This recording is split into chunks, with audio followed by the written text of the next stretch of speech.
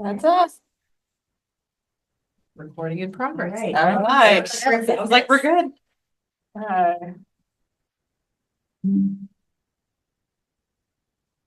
All right, let's see what I'm sorry. All right, call to order, timekeeper. We are at 9:46. We'll engage for an hour, I suppose, on focus area 1, and it looks like the first 20 minutes or so of this, we want to brainstorm possible attributes, focus area concepts, which I don't know which one we want to use. Because they have listed on this 3B handout, they broke down A, B, C, D, which includes formative in nature, or if we just want to look directly at the actual text. I think the big distinction is just that formative in nature is not included in the text from the head code, but it is included, I guess, in the document. It's not in head code. Not that what's been provided for us here for focus area 1 that I'm The formative part. But I don't know. I think it's worthwhile to. Marker. Yeah. All right. So, anyone want to start? I guess if we're looking at, we can just go down the list, starting with valid and authentic to the work of teaching. So what are the attributes of that?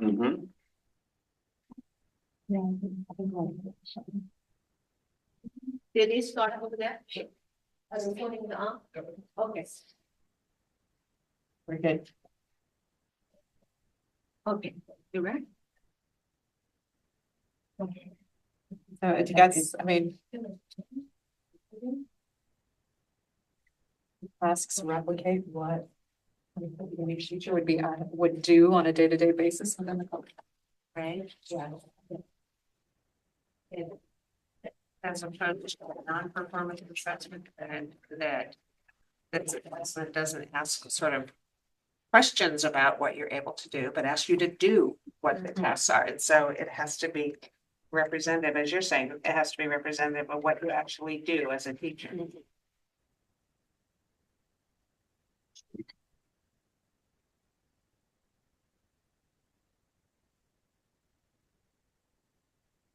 One of the questions will be, there are lots of things that teachers do that we may not be able to capture in an assessment. So I think, at some point, the folks who do revise assessments or decide that have to kind of distill what are the most authentic or the most frequent or most foundational aspects of the work that the assessment should represent. Well, for me, like the foundation of it has to involve students. I mean, this might go without saying, but I think there's lots of work that teachers do that is not with the student. Right, think of so many things, Yeah. right, it's not actually teaching, but all the other things of it, yeah. Has to involve students, is what you said, right? Yeah. I know it's great.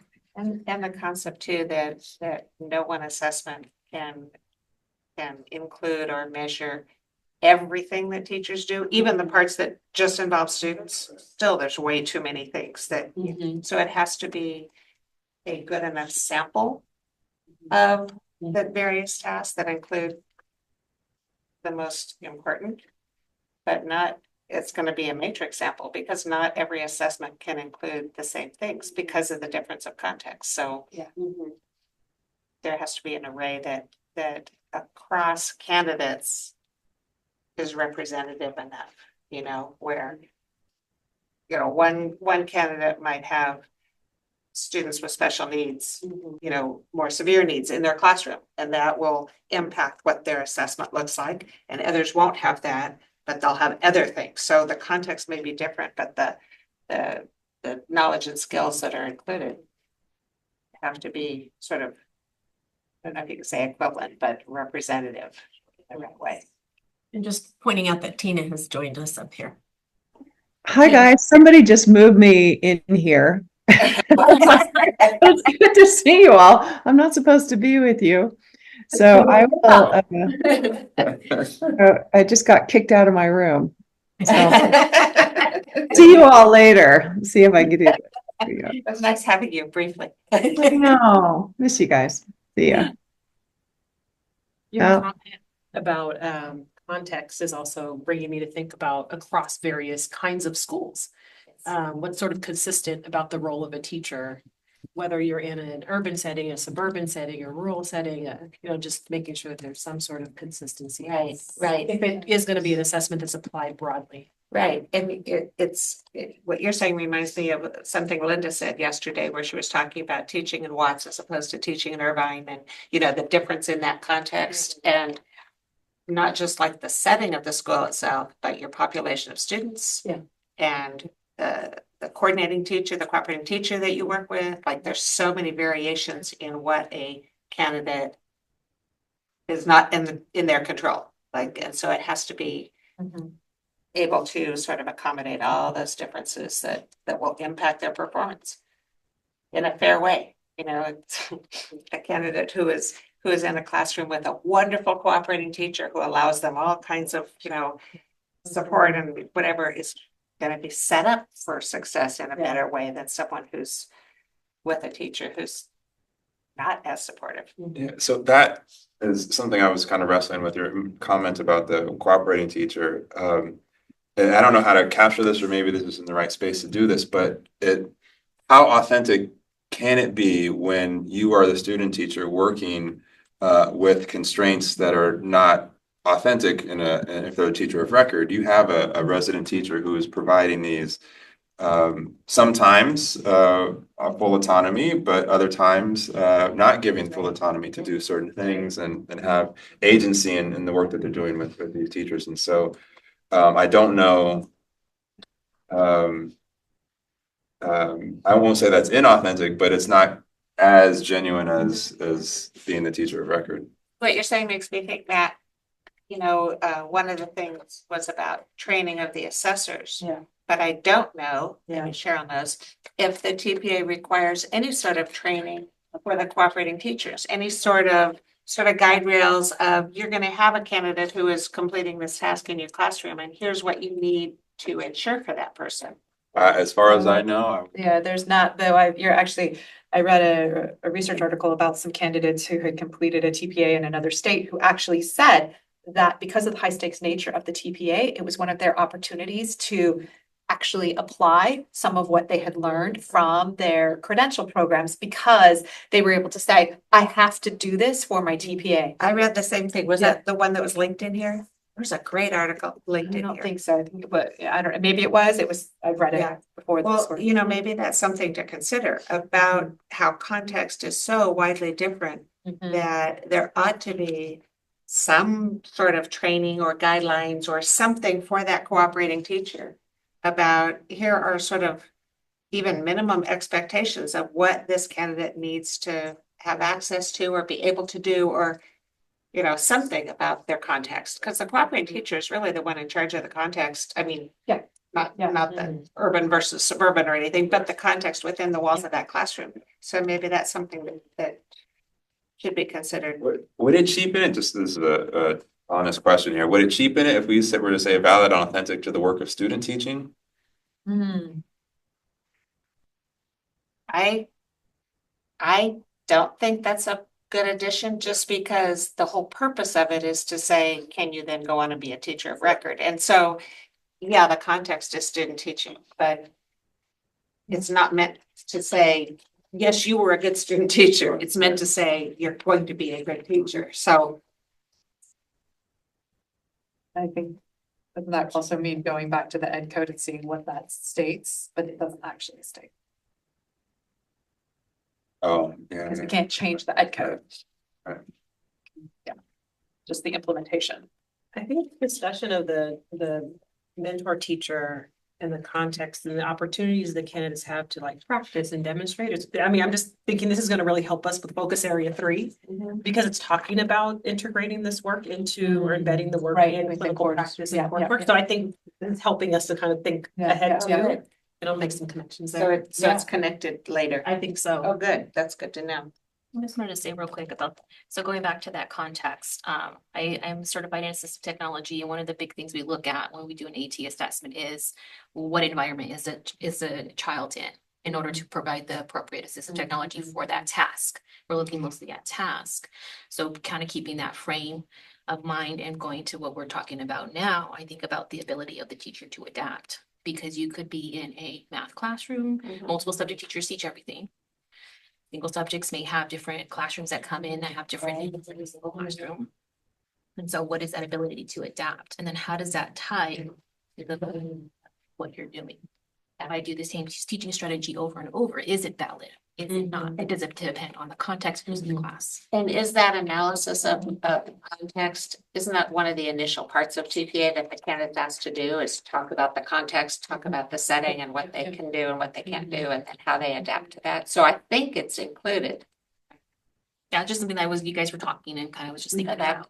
Was like, yeah, like definitely, and I don't know, I don't believe that, and it's hard to say context because it just depends, right? It really depends on what your environment is. Right. Or depending on what teaching environment you're in. Right. But is that teacher able to get those skills? And I don't know. Right. about- Right. are they Sometimes they able have to- no access to a certain, type of skill that they need, or So then do teacher prep programs allow for them to go to multiple kinds of environments to try these skills to see if they are, I don't know. and maybe, I don't want to be fixated on this cooperating teacher thing, but maybe that's part of on the institution to ensure that candidates are assigned to cooperating teachers who do allow access to all of these, because I've been on accreditation teams for Yeah, accreditation teams, and the institution For sure. choose their master teacher Oh, with wow. no qualifications, with Wow. no screening. It was, they had a student who was in their sister-in-law's classroom and their neighbor's classroom and whatever. And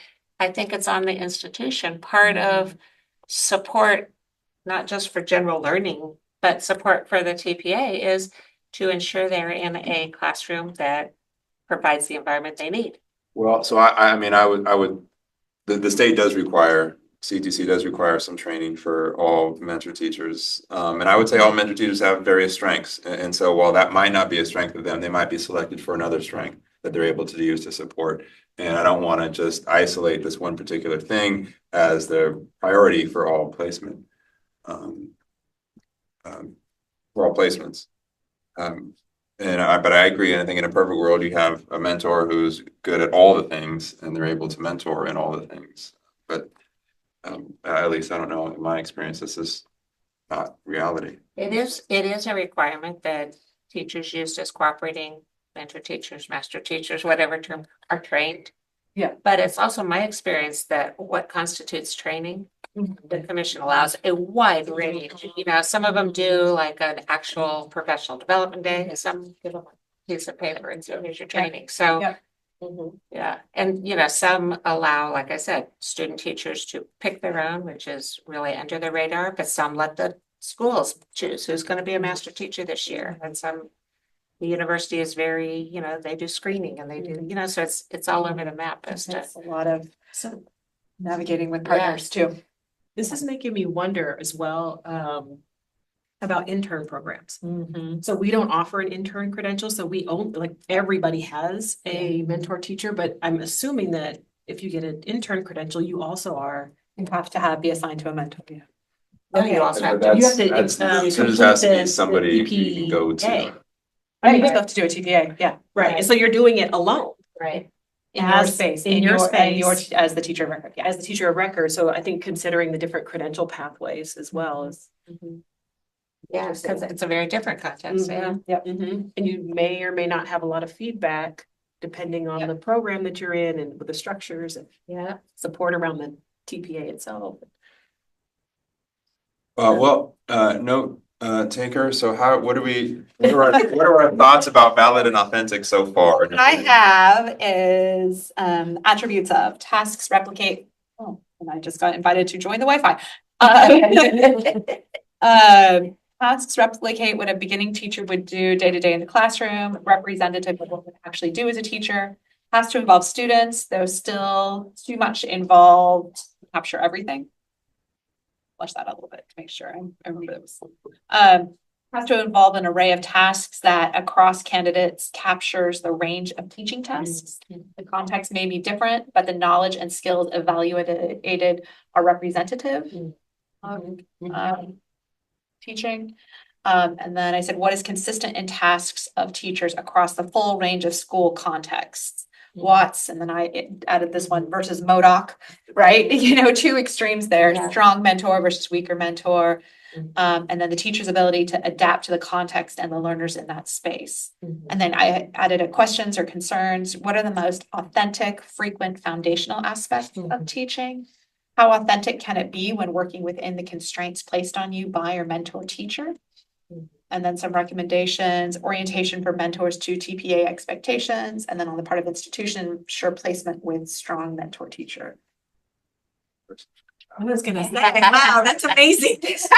Well, and then you're talking too, I mean, the thing that also was coming up for me is I don't want to also say, well, because this person didn't have an opportunity to practice, they don't actually need to know this thing, but then we're gonna put them in a classroom who's teaching my child or, you know, children in our community. So I think consideration of those things is important, and to set the standard in a place where we actually believe that this person can do a good job in the classroom is really important. So I think, so there's this access tension. Yeah.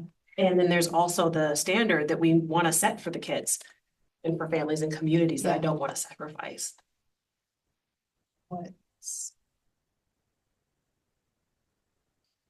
And if I can add, I think with everyone's permission, I think with the student thing, to me anyways, central to the work of teaching is creating opportunities and experiences for students to learn. You mean the K-12s or P-12 students? Yeah.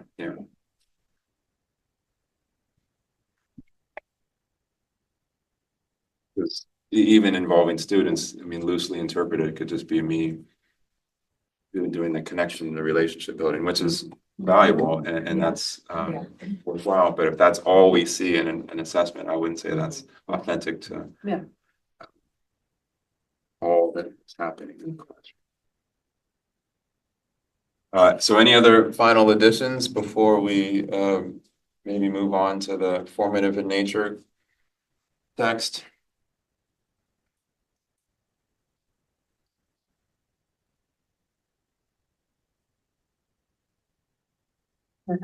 Okay, well, so formative in nature, what attributes come to mind when you think about that or phrase?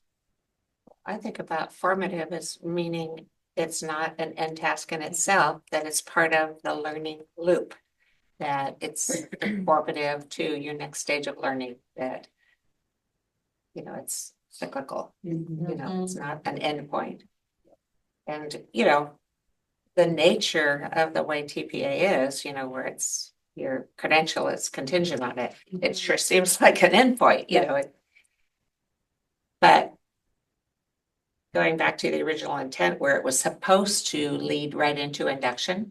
Yeah. Which to me makes so much sense that, you know, you have this assessment and then you're going into this supportive cycle of continued learning and you take what you learned from this and you build on it here.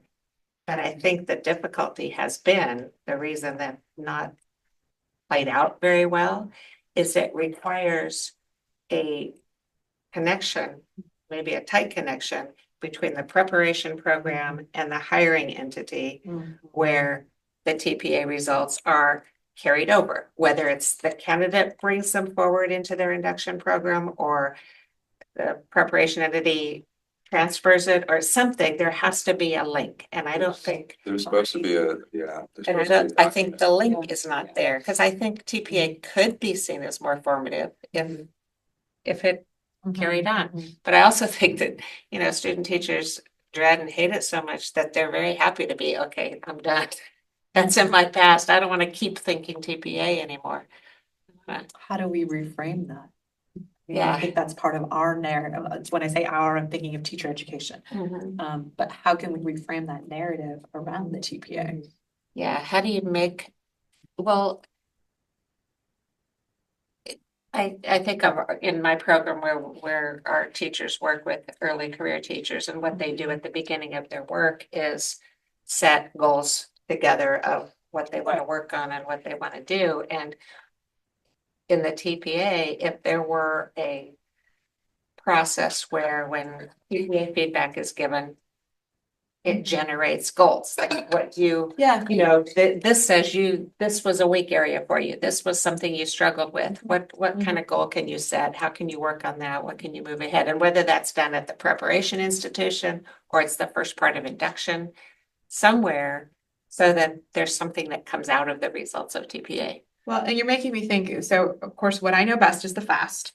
And the last part of the fast that they do is setting goals for themselves as in their future learning.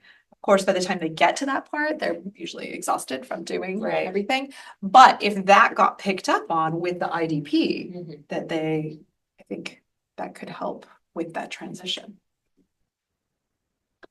For me, so when I think of formative in nature, I just go back to, I guess, the commonly used description for formative assessment, which is often described as the 3 steps. So where are you going? Where are you now? And how can you bridge any gap in between those 2 spaces? So I think the where are you going could be or defined by the rubrics that are presented in a way.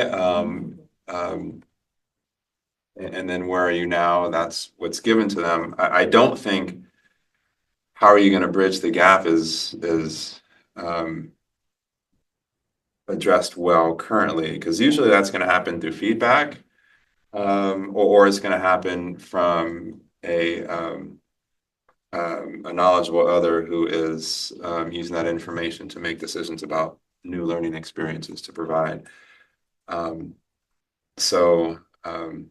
I'm not saying it's perfect, because I think there's lots of problems with where are you going and where are you now already. But how are you going to bridge that gap, I think, falls on the induction program. Having, what is it? Because they're not, what are they called? They're not the induction support provider. Or are they the support provider? What's the word for the teacher they're paired with?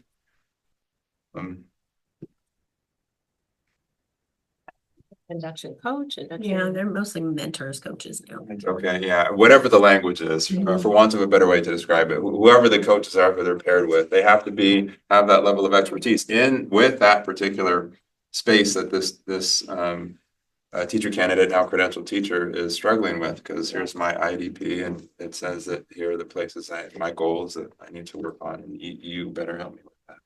So we're both talking about it leading into induction, about it connecting. The other piece I think about formative has to do with the concept of being embedded in preparation program. And that is that the feedback from the TPA shouldn't only come at the end. Right. That in the entire year long or year and a half long or whatever process of preparation, they're already getting feedback and setting learning goals and whatever, so that it's not summative at the end of your program when you graduate and you get your credential. That's when you find out if what your results were. Yeah, You need to get the results all the way through so that you can continually. Yeah, I mean, I think in a perfect world, it would happen at some time, space and time. They would get feedback and then get a chance to revise it. Yep. Like they wouldn't even get scores; they would just get feedback and then revise that, and then later on at the end, they might get a final score, and presumably if I they. wonder if there are institutions that do sort of practice TPA exercises with feedback, like they do. monthly or quarterly or whatever, so that they do get that feedback, not just summative. We have a separate assessment, which is kind of getting at the duplicative part of this conversation. But we have a separate assessment that takes place 3 times a year, where we align it to the TPEs and we do the goal setting. What are you doing well? We have a conversation between the mentor teacher, the resident, and then their director. And so they do that 3 times a year. And so for us, it feels kind of duplicative of if they're sort of making progress as expected on that, for them to then do the TPA. But what happens is like 97% of our candidates pass the TPA because they've been through this other process. Right. It takes a lot of time. And if it's aligned to TPEs, then I would assume it's aligned to the TPA, that what they're asked to do in this 3 times a year. Correct. So I wouldn't see that so much as duplicative. I would see that as practice, Yeah. like. But it's duplicative because they've already been scored and they've already been in these conversations. So ideally, if they go through this process, they should be done. But we add another process on that takes a whole, semester or term of seminar. So that now the seminar focuses on preparing the students and supporting the students to do this thing. They then spend many hours plus pay to do this thing, to do this assessment that feels very similar, but with different language. And so I think for me, what I'm around the formative piece, I do think it is interesting to think about how this can be a tool that potentially, whatever this is, if we keep it, to span through from the entry point of the career through some point. Later down the line, I don't know what point it ends, but sort of through the program and through to induction. Does your 3 times a year thing have consequences? Is it high Yeah. stakes? Like, Sure, because if a student isn't making progress as expected, we put them on a support plan. If they don't satisfy the terms of the support plan, there's potentially dismissal. so it's not, Yes. so it's not just, as I said, like practice for TPA. No, It's high stakes all the way through. So I can see why you'd say it's like a double kind of assessment Yeah. because, yeah. but of course it's rational that, if they're 3 times a year not making progress, not doing well, you want to address that. Absolutely. But yeah. Absolutely. And we want to address it early, like the TPA Right. is too late. It's too If late. there's a serious concern, we want to be able to flag it and then provide that person support as much as we can. Yeah. Yeah. So somehow that embedded thing means giving them feedback, whether it's on what you're talking about or on the TPA tasks themselves, giving them feedback earlier throughout the year so they can address those things or.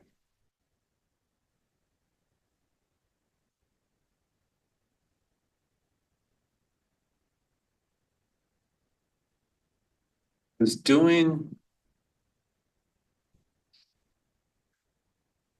something like that or having like multiple versions of TPA make the actual TPA less authentic? Because they're being trained to end up. Say it again. Like, I don't like teaching to the test. Yeah, sort of a thing. Yeah. Well, I think if you agree that the performance assessment reflects what teachers actually do, then you want to teach to the test because you want them to be able to do what teachers actually do, so. I mean, But is I guess what I'm saying is that what's happening every day? Or they just know, okay, here's this thing. When I do this, I know I gotta, and I guess that's sort of happening anyways. I guess I just wanna. In a way, I want people to feel that if they just believe in their craft and they believe in their training, then this thing is going to take care of itself because they're doing what classroom teachers are supposed to do. you would like to think that when the TPA was implemented, it didn't change the way preparation programs prepared teachers because they were doing these important things anyway. Right. And I think that in good programs, that was probably true. But they made some changes, but it wasn't a big shift to, oh, we've never taught them to do this before and now we have to. But I also think that given the range that I've heard about of pass scores on TPA, like you talk about your grads having a 97% pass rate, there are some accredited programs with a 30% first time pass rate. That I would think those programs Answer that Neat. question so badly. need to be You have to be a potted plant. Yeah, don't answer that question, but some programs need to teach to the test because apparently what they're teaching, that is, if you believe that the tests in TPA are what we should be aiming for, then those preparation programs really need to teach to the test because apparently what they're teaching isn't. We use our data to Yeah. think about our Right. program. So like we notice that certain content areas may be scoring higher or lower on different Yeah. rubrics. Yeah. We'll look at that and say, let's look at our curriculum. And that's what What you're are they supposed to do. getting? Yeah, What are they using? Let's look at their clinical work. Are they having opportunities? And so we do leverage that data in order for program improvement. And what you're saying is really important because it's a double meaning of formative. Because Exactly, we're talking about exactly. formative for the candidate. Yeah, but it But it should should be also be formative the- for the institution. They yeah. should look at these results and say, Yeah. how do we use Yeah. this to improve? Yeah. What does this tell us about our own weak areas? Well, but if it's formative though, what we know is that putting scores on anything minimizes anything that's formative because scores are getting into comparison land. And once you start comparing yourself with other people or to other things, all the feedback becomes meaningless. And there's plenty of research that supports that if you're talking about formative assessment. So For the candidate? for the candidate, yeah, Uh-huh. yeah. They say you waste your time if you write any feedback and then put a score afterwards because all the attention goes to the score. And But if we're talking again about formative feedback throughout the process of embedded process that may or may not have scores attached to it. Because, ultimately, when it's high stakes, whether you either get your credential or you don't, there's got to be a bar. There's got to be you get your credential. right, so but that's the summative. Yeah. That's the summative piece. Right. We're talking about How do you formative in formulate? nature at the Right. moment. Yeah. But I mean, it's sort of We think about- unavoidable to Yeah. have to have a score because there's a bar attached. Right, I guess what I'm saying is I just want to point to that we're talking about the formative in nature Yeah. piece right now, not the summative. I think Right. that's a whole other conversation. You're making me think about work we've done with the writing project with an improvement continuum, using that language and working with, but it's again comes back to that narrative, right? Working with students to think about, okay, you are here, we're working towards here. This is just a guide to help you see where you are on that continuum. Yeah. But it's also what are the values that you like, right? So, As soon as we say. and yeah, there's now you're gonna nine, get this grade. Yeah, Yeah, then that's not appropriate. right. So, So I mean, if the scores are in the background, Yeah. not shared with Mhm. candidates early on and all that other diagnosing is going on, that I think is still formative in Yeah. nature. Yeah. I recall like when in supporting folks around the old school pact, I did a lot of work around that. Yeah. And I know it's very similar to the TPA, so there might be some overlap, but at the scoring at that time, we did have local, like we scored our own candidates at that time. You were there. at grad school, yeah. Right, so there was a lot of support for candidates, but I remember it was like, in order to pass, you had to have a 2, I think Yep, it was, yep. right? But as soon as you put a number there, Yeah, then the they students freak like, out. I need a 3 or I Right, need a 4, especially like as it high doesn't, achievers. What? And that's how. there is a focus on the number. And so that was something, I mean, if we get there, one thing talking about what we learned, and that's something that I always struggle with is when I have teacher candidates who don't pass the TPA in our case, it's never really a moment of reflection and a learning opportunity. It's, here's my score, how do I get to this passing score? Yeah. And it becomes a game. And as much as I do my best effort to say, let's sit back and think about, what this is telling us and what this means for you and your students and everything else. But it really is to them.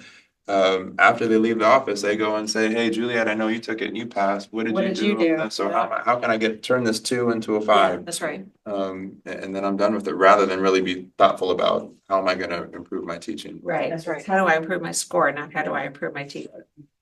Especially if it's seen as a barrier. Yeah. Like I'm a good teacher. I've gotten good grades through my program. I got good assessments everywhere else and I can't do this thing. Now it's just about tweaking what you put on the exam rather than actually like, is there something I need to improve in? Yeah, it's not about Yeah. I want to change this, or maybe I should rethink how I assess, or I should Right, rethink how I do this. It's Yes. let me get this. Yeah. Yeah. Patricia, I want to give you a chance. You haven't had Yeah, a I'm just listening to you all and I just can't help. So, being a special educator, like data is important. It informs. That's where we get our goals from. But I was also thinking right now, hearing you guys talk about just like teaching teachers how to look at feedback a certain way. And I know we've all done graduate work, so we know like get the feedback on our thesis, on our dissertation. Like it tells us what we need to go back and kind of update. National board was the same way. It could give you feedback. Tell me a little bit more here. The teacher, like you said, the teachers have it in them. They need to learn the language to put it in that paper to show that that they know it. And that's the hard part. I see a lot in Central Valley, especially with teachers of color. Their writing skills aren't the best. they struggle with writing. They struggle getting their points across in writing. So now we're not judging their writing, but that's the way they feel. You're judging my writing. And now, but how do I fix it? Because you're telling me, I'm not a good teacher. Or, and then again, that's probably their perspective. You're telling me that I'm doing this wrong and I just want to do it right. So I can work with my student population. You know, hearing you say that makes me think that is not authentic to teaching. All the commentary, that's not what teachers do. Yep. And I know that you have to get some sort of insight, but teachers don't do that on a regular basis. They might talk with their colleagues, they might have department meetings, but they're not justifying, rationalizing what's in a lesson plan, what they're doing. Ever, that I'm aware of. Except maybe if they want to do a national board certification or get initial credentialing. And that's what I was thinking too, like going, so I was talking with, I forget, I was talking with yesterday. And I know we talked a little bit about like the gate differentiated to me. And I had to Google last night, what's the difference between being differentiated instruction versus accelerating instruction? Because in your gate cohort in our teachings, it's like you accelerate the learning because the student has the knowledge. It's just how do you make it a little bit more challenging so they can get it, but yet still meet the needs of the students that are in that bell curve in your classroom, right? You're teaching to the average. You're not teaching, I mean, not saying that, but the purpose of teaching is to kind of meet as much as you can right in the middle, right? So kind of going back to like the national board, I feel like teachers choose to be there. Teachers choose to get national board certified for whatever reasons.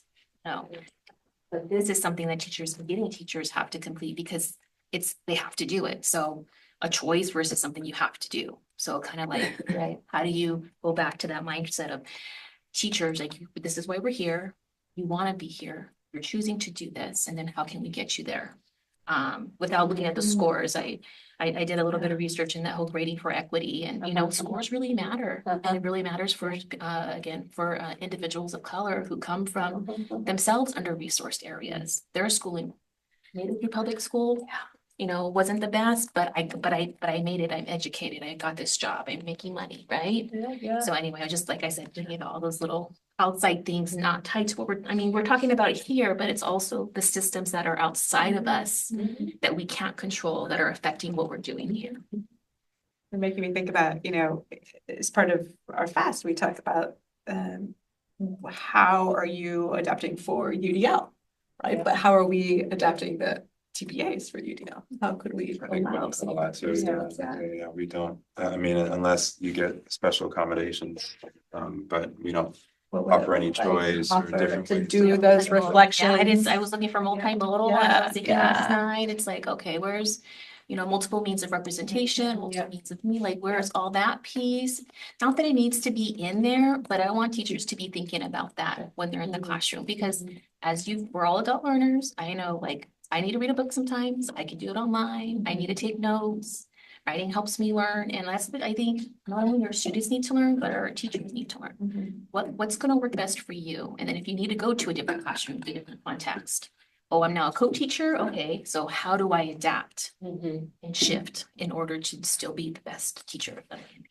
Yeah, but that mindset makes me think of something someone said yesterday when we were doing the introductions, and she said, I've been teaching for X number of years and I'm still learning how to do it. I'm still, That's teaching. And that's the mindset that you hope is involved with the whole TPA and beginning teachers of, you don't finish a program and you're done. Yeah. You're This is the start of your journey. Going to be. It's a piece of it, and now it's on to the next phase of craft. Yeah, I wonder if there's a way though that, if we just ignore like the passing thing, but if it was just like this assessment that gives just some useful information, here's where we're identifying strengths of yours, and here's some areas we think you should work on. And so they know here's the things that I really want to leverage, things that might be strengths of mine in the classroom. And it wouldn't be lesson planning necessarily, but it might be creating experiences for students, or maybe making content accessible. I don't know what. Now, let me ask this. You students, I'm teaching for the TPA. Do my students get to evaluate me or inform my instruction? Like, I'd like to see something like that with student voice. And because students, like, if they can, put a little happy face. There's that program completer survey, but I don't know to what extent it asks. Students. You're talking about the K-12. Talking about the students, yeah. Oh, and then- my third yeah. graders Oh. are going to look at my list and are going to say, Miss Cameron, you did an amazing job, or Miss Cameron, please, I was not very clear and I need you to tell me more.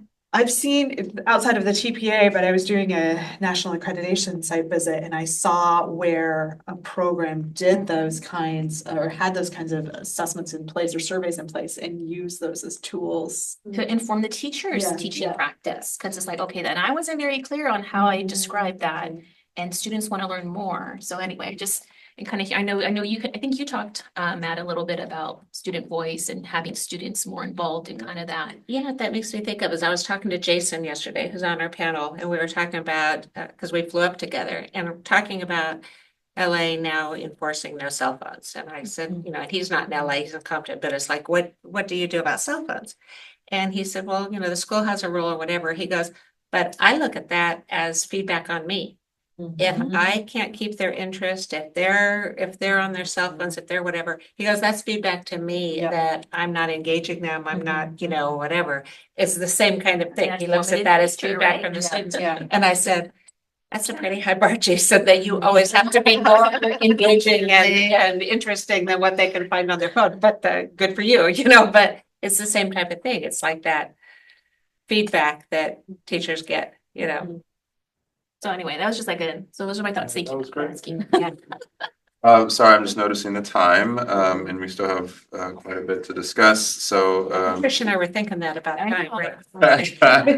We're okay. if it's with your permission, I'd like to move on to reasonable to implement in a wide range of classroom settings. That's the next phrase. We did talk about that a little bit about the context, right? Always makes me think of reasonable accommodations. You know? Yeah.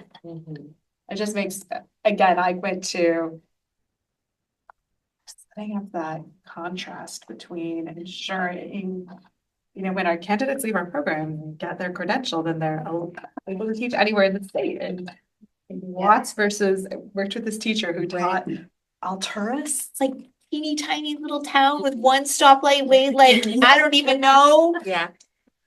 Yeah. Let's say wide range, not all. Those are like our two extremes, right? But it does help us think about like, what should the assessment assess? If we Yeah. can't account for every single Yeah, sort of difference, Yeah. then I think it sort of brings us back to that question, like what is in common? Boy, and you think about trying to come to agreement about what are the most critical things that a teacher Yeah. needs to do. Like if we started brainstorming a list, well, it would be an endless list Right. of, Right.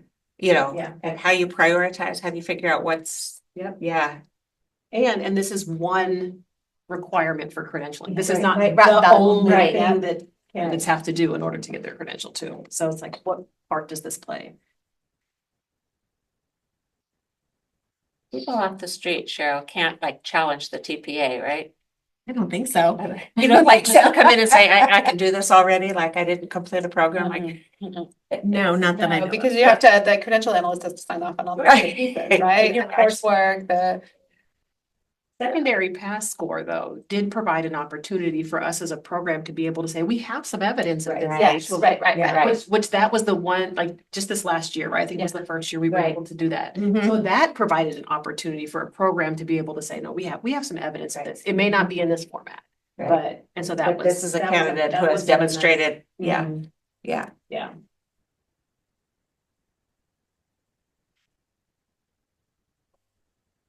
All right, well, any other thoughts about reasonable to implement in a wide range of classroom settings? Just trying to get us caught up. Yeah.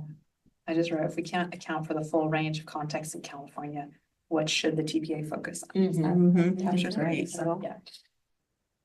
All right, well, the last one, and there's E2, which is open the floor. I have some thoughts about that, but appropriate for beginning teachers. Any things come to mind when you think about or hear that phrase? I was just gonna say, the hard thing is that we're just talking about how teachers continue to learn and develop their skill and abilities and everything. And they get better with experience. But the hard thing is that day one as a beginning teacher, you have to be responsible for the same sort of outcomes, the same level of responsibility that a 10, 20, 30-year veteran can do. And so it's hard to say, what are the right expectations for a beginning teacher when you acknowledge they're not done learning, but at the same time, You have expectations the of them. expectations of, for those children, for the parents of those children, what do they expect their teachers to be able to do? It's still a super high bar, even for a first-year teacher of, you know, what can we expect of them? Parents, right? Parents, I hear you. What can we reasonably expect a brand new teacher to be able to do? Well, when you're a parent, you don't care if it's their first year, their 10th year, you want X for your child, you know, and There's so so, everything you're trusting you. yeah, the expectations are really high, even when you know it's a first year teacher. I'd even add that sometimes they have higher expectations than the veteran teacher who's been doing it for 30 years. 'Cause at least in math, they have this horrible practice of letting the veteran teachers teach the upper division classes and the newer teachers teach the entry level classes. And so there's different dynamics that are going along in those classrooms. Yeah. Yeah. So this reminds me, just thinking about beginning teachers, and I think someone asked the question yesterday, well, who is a beginning teacher? What? I was thinking the same thing, yeah. And does that include teacher candidates or pre-service teachers? Because teachers. I noticed how we're in our initial conversations talking about the first years of teaching, Yeah. not someone who isn't even in their first year of teaching. Right, so it's sort of a both thing, because you're assessing them when they've not been teacher of record, primarily, although interns have been, but you're assessing them on what they've learned and been able to do as a student teacher. But you're assessing them on the expectation of what they can be able to do when they have their own classroom. And so the context switch radically. They're kind of caught in that, aren't they? Yeah. But you know, if the point is readiness, you know, to have your own set of 25, 30 children, you have to determine it somehow.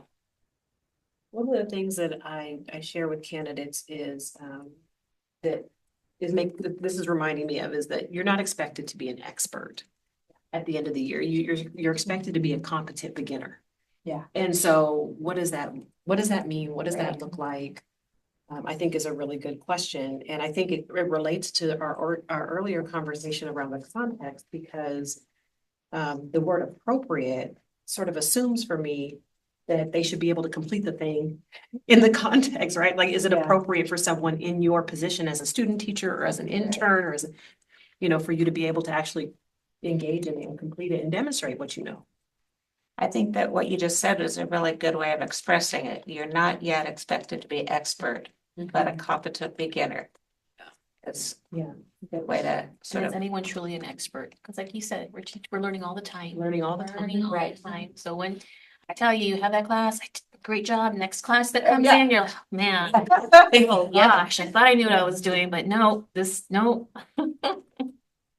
True.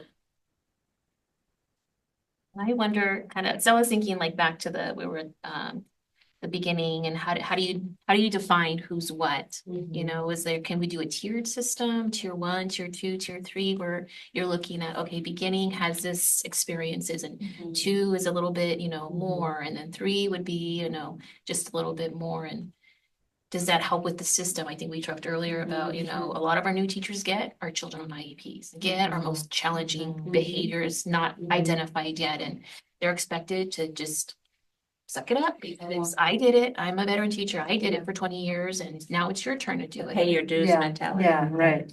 And I wish I could erase that. I do, because it does a disservice not only to our students who are on IEPs, who have severe needs or need that instruction, that intensive instruction, but to the beginning teachers who feel like I'm a failure. I can't because if I could, this challenging student wouldn't be jumping all over the classroom because my teacher, So, and I was also thinking last time too. So I remember being a brand new teacher coming out of Fresno State, and I have all these great ideas, and I go into my first teaching job, and they give me these curriculum books. Okay, there you go. This is what you're going to teach from. I'm like, wait, I just learned all this cool stuff.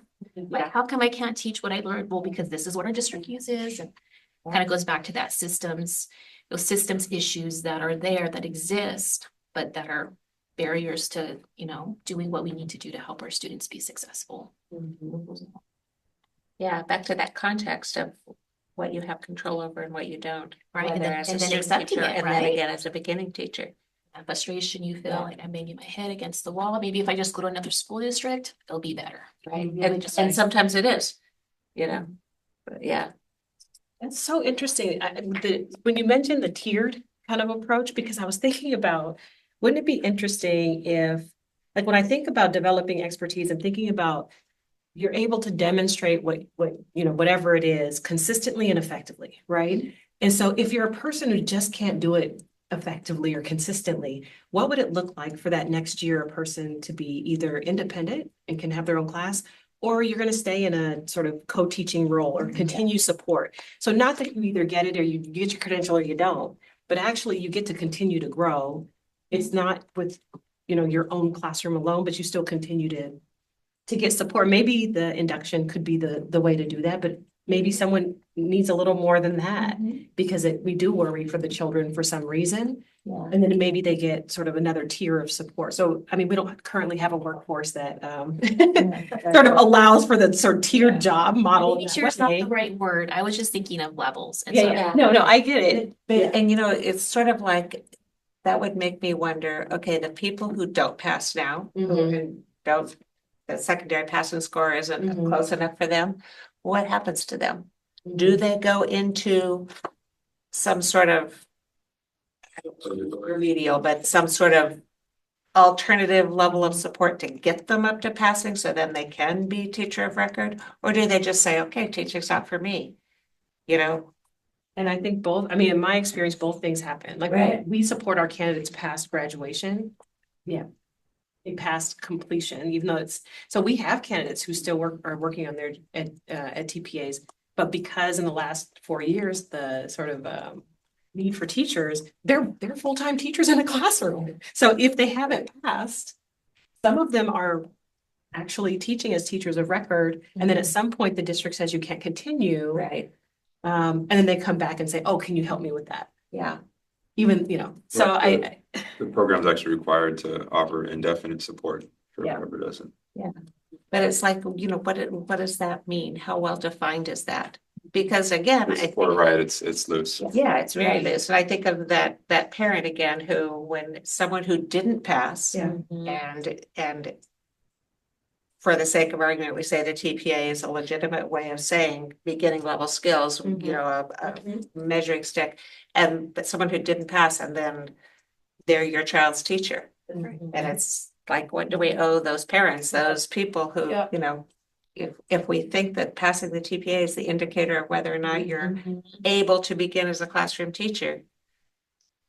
And then once they leave us, they're so busy. So that, Yeah. some of it is And, just. and how do they see that as an opportunity for continued learning? I would think they see it like, I hate the frickin' TPA, it's like, and it wasn't fair to me, and it wasn't, and I can do this job, and, It's funny you mentioned that. So after you mentioned that, I wrote the same thing down. I said different tiers of TPA that lead to different induction support, levels of induction support. So, but I think that, so just thinking about you earlier mentioning how you use the data to identify areas to grow, like the districts who are hiring these incoming teachers, they just have their induction, they just have their IDP, this document that they've identified these goals.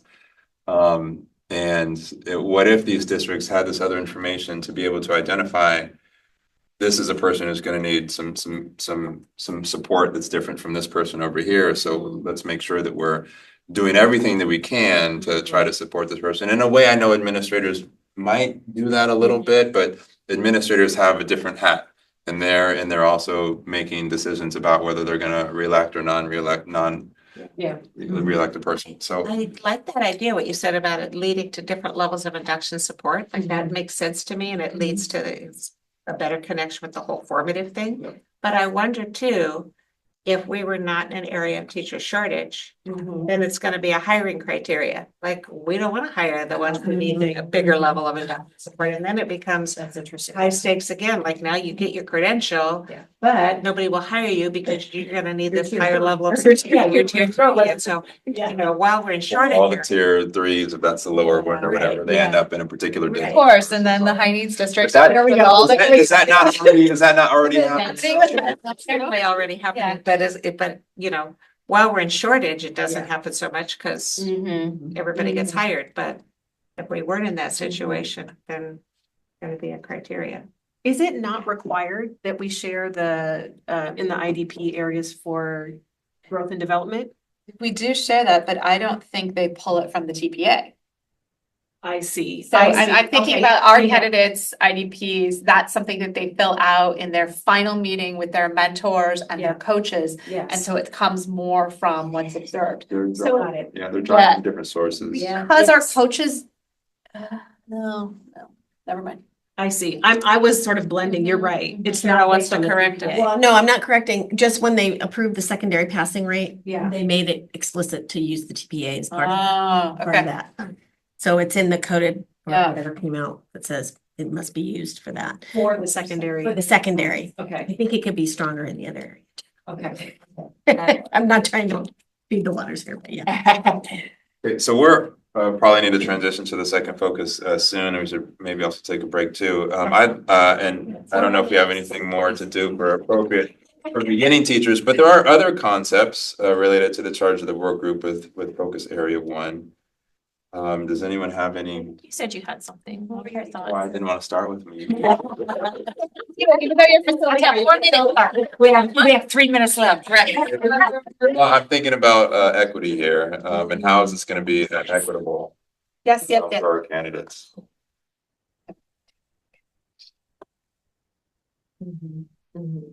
What's your other one, Julia? Just we add it to the list. It's making me think about a conversation I had with another institution. Who reached out to us because of FAST, and they asked about how can we embed like culturally sustaining pedagogy within. So it's just. I think. So what this is making me think about is like the idea of the purpose, like to what end? And if this is about, I mean, it is of course about high quality teachers, but we want high quality teachers because we want some experience for our students, right? And so the idea of like equity or even justice, for me, it sort of necessitates teachers who can teach in a way that would empower students. And I don't, you know, in my experience with the TPAs that I'm familiar with, sometimes I don't see that reflected in, and I'm not sure if we'd want to say that that is sort of authentic to the work of teaching across the board, because I know that we have various kinds of communities who will have different kinds of opinions about that. Yeah. But, you know, for me, and that's my question, like, what's the purpose of this? And like, it's really about kids and families and.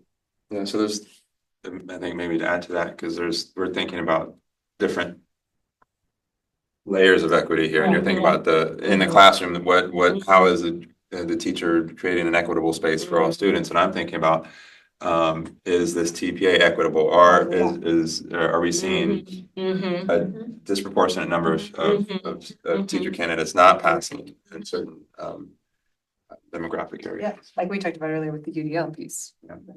And I wonder if that has to do with how often the 3 tests are updated to address sort of emergent issues, you know, how, you know, like, for instance, in addition to what you're talking about, like AI and, you know, all the different changes, how often are they updated? How often? And I would guess that that is much more of an ongoing thing with FAST, because your faculty, your people, like, they control it all, and they were involved in its construction themselves, as opposed to the other 2 models, which are spread across all these universities, all these programs of preparation that, you know, don't have sort of an immediate hold on it. Yeah. But I mean, even with a single use model, you can't just make changes because you still have to be It still approved. has to It be has to be. approved. I think what controls it more than anything is like the assessment design standards. Which is why I said yesterday, that to me seems critical to this whole work, is looking at the assessment design standards and saying, how strong are they? Are they strong enough to Yes. make sure these things are designed and implemented in the right way? The piece that is one of the resources that we were linked to, it's an article. It quotes Tina lots of times. It quotes Linda Darlingham and lots of times. I forget where it came from. But that is a great article about why we did it. It's not specific to California, but it's a great article The about national why education one, right? why TPAs were Yeah. conceived of in the first place, but what they were meant to do, and what was the initial feedback of candidates, because it was so positive about they learned from it, they Yeah. found it a good experience, they an opportunity to reflect, all this great stuff. And I'm reading that again, thinking, how did we get off that, you know? Well, I read the comments about the people who didn't like the TPAs. That CTA survey? Uh-huh, and it was just like, and I just think it's the implementation. Like when you're in a research, when you're doing things purposeful, of course it's going to work. I always think of restorative justice, like Yeah. when it's designed and implemented well, it works, but a lot of times like it doesn't work. I don't know what, they're just expecting us to like cater to these, like, that's not what it's Yeah. about. I wish, Yeah. I wish there was an assurance in that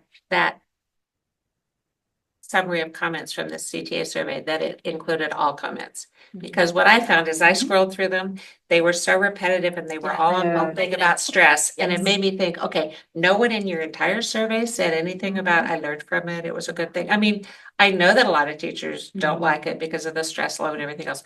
But in that big survey, there had to be some positive comments. And I'm always uncomfortable taking what I think are pre-selected, intended to inform a certain opinion. I look at all of them, but there's like a lot of Right. pages in there. So I look at the first Right. 5 or 6. Right, and I then did the it's same thing, scrolling down, looking for something that said it was a good experience, I learned from it. Because I'm sure some candidates feel that way Right. somewhere. And some, like what I'm hearing is like some were prepared, they had Right. practice. And when you have practice, you feel confident.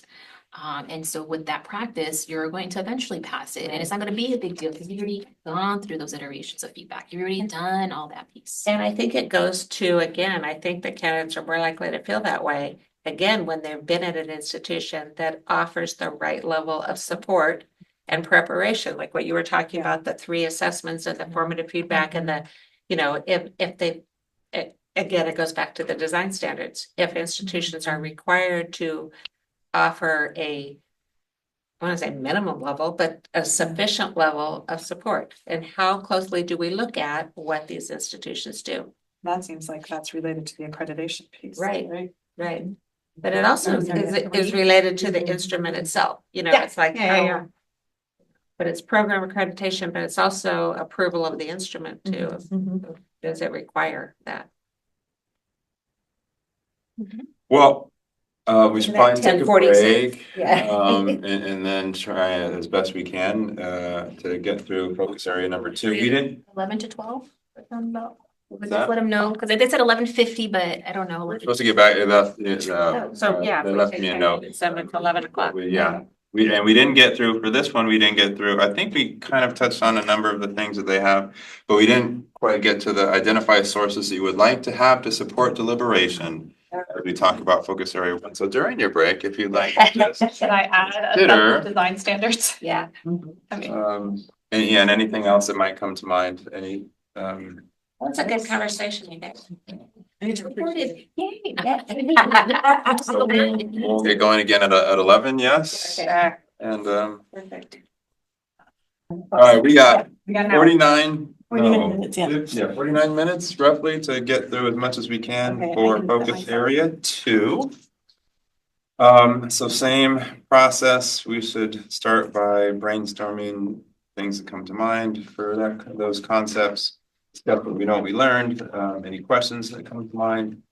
And sources we like the support for deliberation. And it seems like, picking up on last time, we're sort of doing all these things simultaneously with each one. So maybe we can just also try to think about sources to add to that. Focus area 2, recommendations for how programs might embed the assessments into coursework and clinical work to avoid duplicative work for candidates. So the focus areas, they are somebody, whoever they is, are highlighted. The first one is embed the assessments into coursework and clinical work.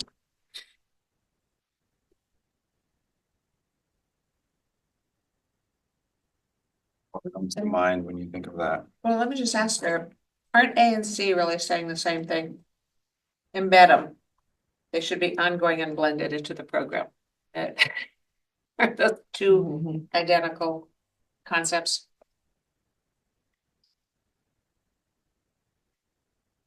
Well, I don't know. What do people think?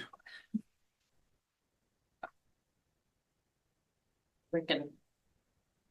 Maybe as we talk about one, we'll figure out. I just think it's like chunking, like, you know, are you able to chunk sections throughout a semester or throughout the year?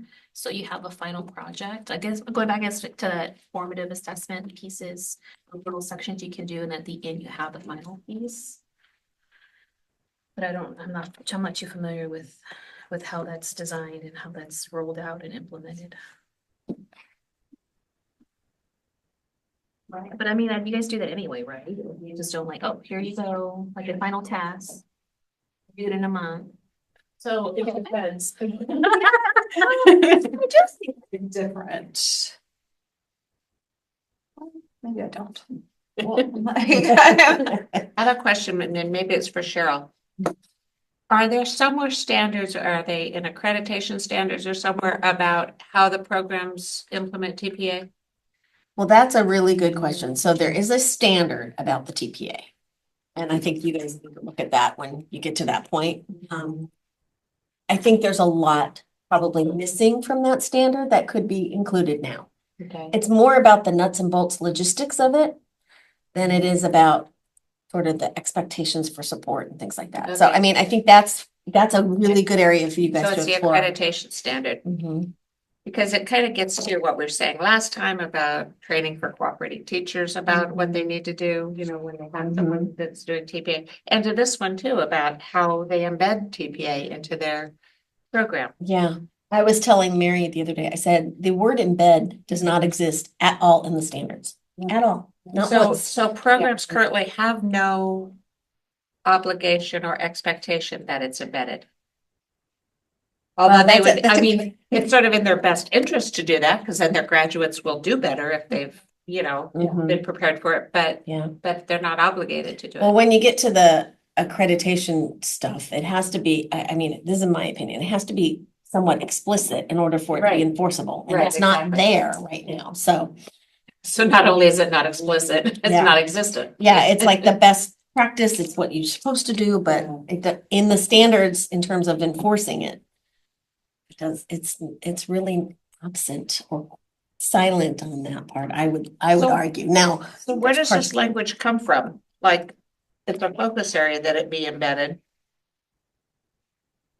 Was that in the legislation I piece? think it's in the legislation. think you're right. It's in the, well, it's in the 44320.4. It's The the, new piece? yeah, Mhm. embedded in Yeah. preparation. And that's where formative is too. Yeah, exactly. Oh, okay. It's in the new. It's in Well, the that makes revisions. sense. It's not in the original. Mhm. Well, then that makes sense about sort of why it's not there. Yeah. So it says embedded in preparation. Yeah. Which is different from saying embedded in Into coursework. and clinical work. You're right. How are you, what else is there involved in preparation? Because you could, as a program, basically have a class and say, we're gonna have you pass this test. And that would be technically embedded in the preparation program, but to say that actually this assessment is embedded in clinical practice in courses, I mean, one we would like to hope that a program would do that, but I can see someone just doing it as an add-on. And I think institutions do that. Yeah, I think they have separate courses, TPA preparation. Yeah, I think you're right. And that, so this is a tension I'm always struggling with, is how much support to offer before that assessment reflects both the teacher candidate and my work as opposed to just the teacher candidate. And have colleagues who do far more than me, and I think they're well within the right to do that, but I'm always um, cautious of how much I am included in their TPA work. And I mean, I have colleagues who in the first quarter of the program, they do their TPA. And I'm wondering, how can they understand and know all the, yeah, but they pass. And I'm thinking there's got to be, I don't know how someone could pass that unless they're a teacher educator is either walking them step by step, exactly has it formulaic to do this, or they're inserting themselves a bit in there. Yeah. If you're in your first 10 weeks of teaching, I don't know how anyone can be as far along Right. to pass the TPA, but it happens, and some people are giving supportive feedback along the way and is getting multiple drafts of different things and giving them feedback to revise and change these things. And at some point, I feel like, well, then that work is no longer reflective of just them. It Right. reflects them and all Right. the support they've gotten along the way. And I don't know if that matters, because it seems here if we embed it into the coursework, then some of that's going to happen. It has to happen, I think. But to what degree maybe is something that I'm wondering if it needs to be a part of this. Well, to go from what you said to making a jump, if I make the jump that we all agree that embedding the TPA throughout the program, coursework and clinical practice will be a good thing. And I think it would result in sort of a lowering the level of stress about it being all at the end kind of a thing. Then that sounds like sort of a low-hanging fruit recommendation about this whole thing about embedding and how does the commission enforce that? You know, Well, and I mean, that's through this accreditation It standard, right? certainly would make it a lot more formative because you have a teacher educator Right. who's invested in that Yeah. person's success Right, in a way that an outsider is not, and they can just be completely evaluative and say, nope, you're not good enough. Yep, you're good enough. Yeah. Without really needing to or compelled to offer anything substantive in terms of feedback because there's no relationship. So that's localizing the scoring then, right? Is that what you're saying? I wasn't thinking of that.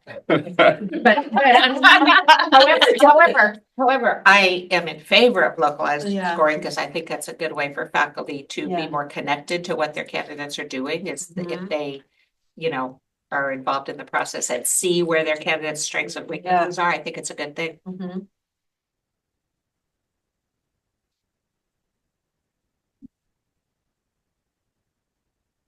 I'm just thinking about, well, I guess we're supposed to be unpacking these concepts, right? Mhm. But I mean, as opposed to thinking about our current models as much. I thought I'll just hold on. But it might help us to. Well, okay, so and again, I don't know the EdTPA and LTPA as well, and I haven't done all my homework. But as I think I understand it, at least with the Cal TPA, they do cycle 1 in one semester and they do cycle 2 in the next semester. Is that correct? Generally, yes. So in that sense, it's embedded in the sense that they're not doing the entire thing at the end. I mean, that's how the FAST works as well. They do the site visitation project in their initial student teaching in or initial clinical practice in the TSP. Well,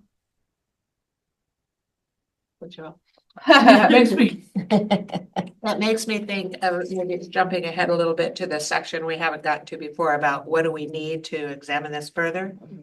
And somebody mentioned yesterday that if we had access to information about best practice among programs, like if there are places in the state that either the commission knows or individuals know that do a really great job of embedding it and making it formative, that for us to look at how that program or those programs work, it might help us to figure out how to recommend that as something everyone needs to either do or set as a goal, so looking at best practices from places that, if we agree that embedding and making this more formative are what we want to aim toward, maybe an in-depth look at programs that do that well would be helpful to us.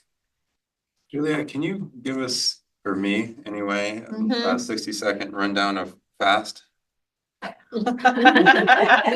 Yes.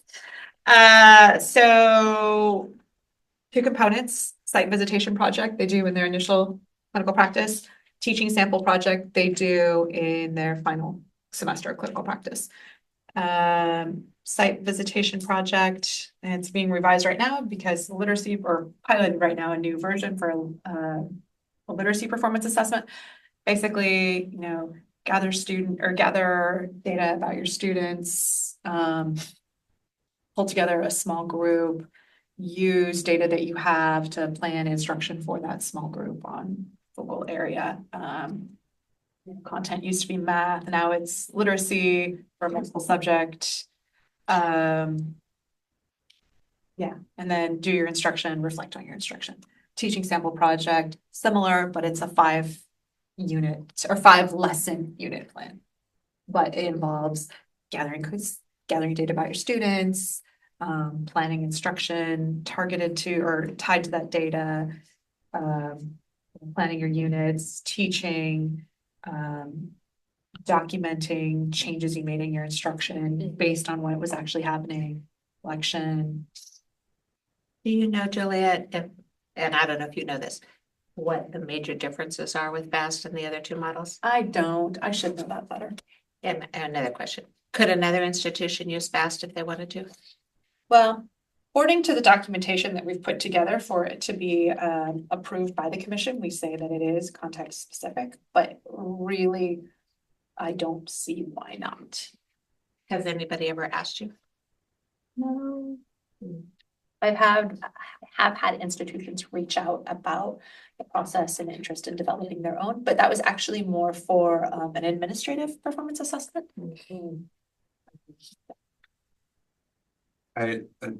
One of the reasons I asked, I guess I've just been thinking about, so to me, my impressions are, at least my experiences are that there's this thing, this EdTPA or this pact, and it's handed off, and then the program figures out, okay, how are we gonna make this work into our classwork and things? I guess I'm just wondering, what if we flip that and we just think about what's the general model for what programs are doing, and then how can we use that to turn it into like the assessment piece. I don't have a full, this is a very rough idea of, so I mean, generally speaking, the work, not, I'm gonna exclude the resident program or the intern programs anyways for a moment and just think about traditional teacher ed programs that involve the coursework that's happening at a higher institution. There's the field work or the clinical work. And that involves supervisor and mentor or resident teacher with multiple visits, feedback, and eventually evaluations at some point. And what if that was embedded into the assessment somehow rather than take the assessment and embed it into the, yeah, like I said, it's not a complete thought yet, but I don't know if anyone wants to pick that up and run with it. So what would it look like to take the typical work of a prep program and embed it into the assessment? Does that capture what you're saying? Yeah. It's interesting. What you're saying, I was kind of wondering about like the idea of embedding is it feels one directional, right? And so I was wondering, what if it's more reflexive or more sort of relational, like it is bi-directional in some cases. And so anyways, but I do, in the accreditation process, we are asked to have to show evidence that we assess our TPEs. So that is the place where we say, this is what we're doing, this is how we assess Yeah. it. So like this, and I think that gets to the question of duplication, because we are asked to do that as a program. We Right, have right, to right, prove right. that we are assessing the TPEs. Yep. But I think part of the challenge is that because each of us is, as different programs are doing that in different ways, how can we sort of either set a standard or, sort of analyze across the state where programs are in supporting candidates to meet those expectations? And I think that gets really hard because each of us are, assessing in different ways. And this is the one way that we have some commonality. So anyways, I'm just sort of wrestling with what's required of us already, which gets at the duplication piece. Because those assessments are embedded. they're authentically embedded because we created them. Yeah. I'm stuck back on your idea of two-way embedding. Yeah. That's a good comment. Yeah, it's a really interesting concept because we've been talking about the need for the TPA to be embedded. And I think, maybe I'm wrong, but we've all been thinking about the assessment being embedded in the program Mm-hmm. and the idea of it being two-way, what you started with and then you articulated it that way, to me is a whole mind shift of, oh, let's think about that. What would that look like and how would that change? How it, Well, I like that idea so much. I think it also relates to the contextualized piece because Yeah. there are concepts and ideas that we're teaching in our program that actually aren't reflected in the Ed TPA. I would love to see. I want to know that are my candidates actually learning the things that I think we're teaching, Right. but that's not in the Ed TPA or in the the TPA necessarily. And so, and maybe it shouldn't be, and that's okay too. But anyway, that's what I was sort of thinking. Like if it were bi-directional and if we were actually sort of generating an authentic assessment of what our work is, it probably would look a little different than the standardized version for everyone. But I do get as a tension the need to have some level of standardization in order to be able to rank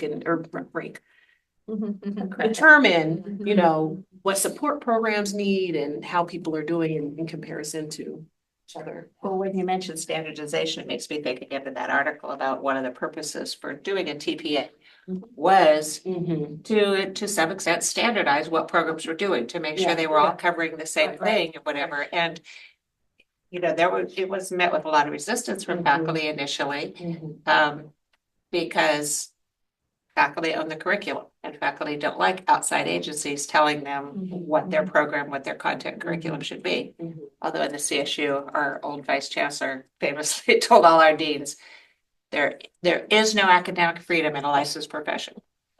You don't own the curriculum in a licensed profession. You have to meet standards. But so I'm thinking about this idea and I like it, but I also think one of the stakeholders in TPA are teacher preparation faculty. And how will they feel about this further sort of standardization, if you will? And I'm not saying it's a good thing or a bad thing. I'm just thinking, how will that play out? How will they, because everybody has local context. Everybody has things in their program that they do better than other programs and things that are their local commitments kind of things, Yeah. See, and which is, I think, one of the reasons, and that article quotes people from FAST a lot about one of the reasons that Fresno didn't have the same levels of faculty resistance is that you guys developed your own, and there was a level of buy-in to it that other institutions didn't have. And it was built on what you already did, like involve, One piece that I was gonna add about FAST is that it is scored by our it's predominantly scored by our coaches. Some faculty scored as well. We're trying to build in so that makes it a bit more embedded, a bit more formative for us as a program. We graded all our packs. Right, exactly. Yeah. Yes, that would be. Well, I think How I that's was the doing question it. is around like capacity and labor and like, Hey, those are big questions. right? Yeah. Yeah. Question, peer review, is that often done in some of these TPAs that students do? Can we go Look at them. Yeah. sleep and say, hey, give me. It happens formally or informally. And Yeah, it's like yeah. peer review, because I was thinking, so going back to kind of like, how do you assess everything? Like having a panel of people, teachers, administrators who have that certification. Because of course, if I had a TPA, I would want to like a visual impairment specialist. So that's what I do. Absolutely. Not Matt, who does more math or, Yeah, like yeah. you would want someone who knows what you do. Your context. Yeah. But I don't know if that exists or if that's a recommendation we can get or we can have. It's well, I can speak for the math at TPA. It's sort of there. So so there's lots of different areas of math. And some are doing stats, some might be doing middle school math, some might be doing calculus and all the other math things you might pop in your head. And so as you are completing or submitting your TPA, you have to identify the area that you're teaching, and presumably that's supposed to then go to a scorer who has also said, I am in that area or that space. So you're not getting a high school calculus teacher evaluating a middle school 7th grade or 6th Or grade. do you? I mean, so it's one of the things we kind of talked about at national board was having people outside your certificate area read your work to see, are you clear and can they understand what you're doing? Because that's the whole thing. Can I demonstrate my teaching knowledge? Can I demonstrate what I'm teaching to students? And can someone outside my area understand it, as well as someone who's in my exceptional needs area? Because they're gonna know my language. They're gonna know when I talk about AT, PT, OT, BI, O&M. They're gonna know all my acronyms. There is usually just one score unless there's some discrepancies. So that would, Well, changing, I mean, again, I different think I would contexts. just, right. Different people come with different hat. I know I wear my parent hat, I wear my teacher hat, I wear my mom hat.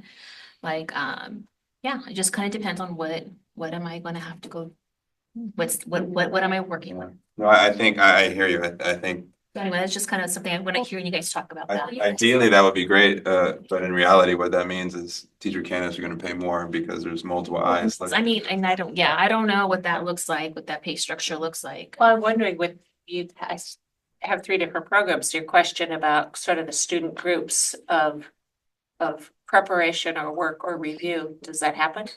It happens both formally and informally. They'll get together and on their own and organically start passing things off and bouncing ideas off each other and reading and revising. But then there's also some formal opportunities where instructors will organize those sorts of things. I do something, the most formal I do is I'll have teacher candidates trade lesson plans and I say read it, and if you can understand it, because if you can't, the evaluator is going to look at this and not know what to do either. So you've got that, at least that level of feedback has to come now so that this lesson plan at least can be read by another educator and know what's happening.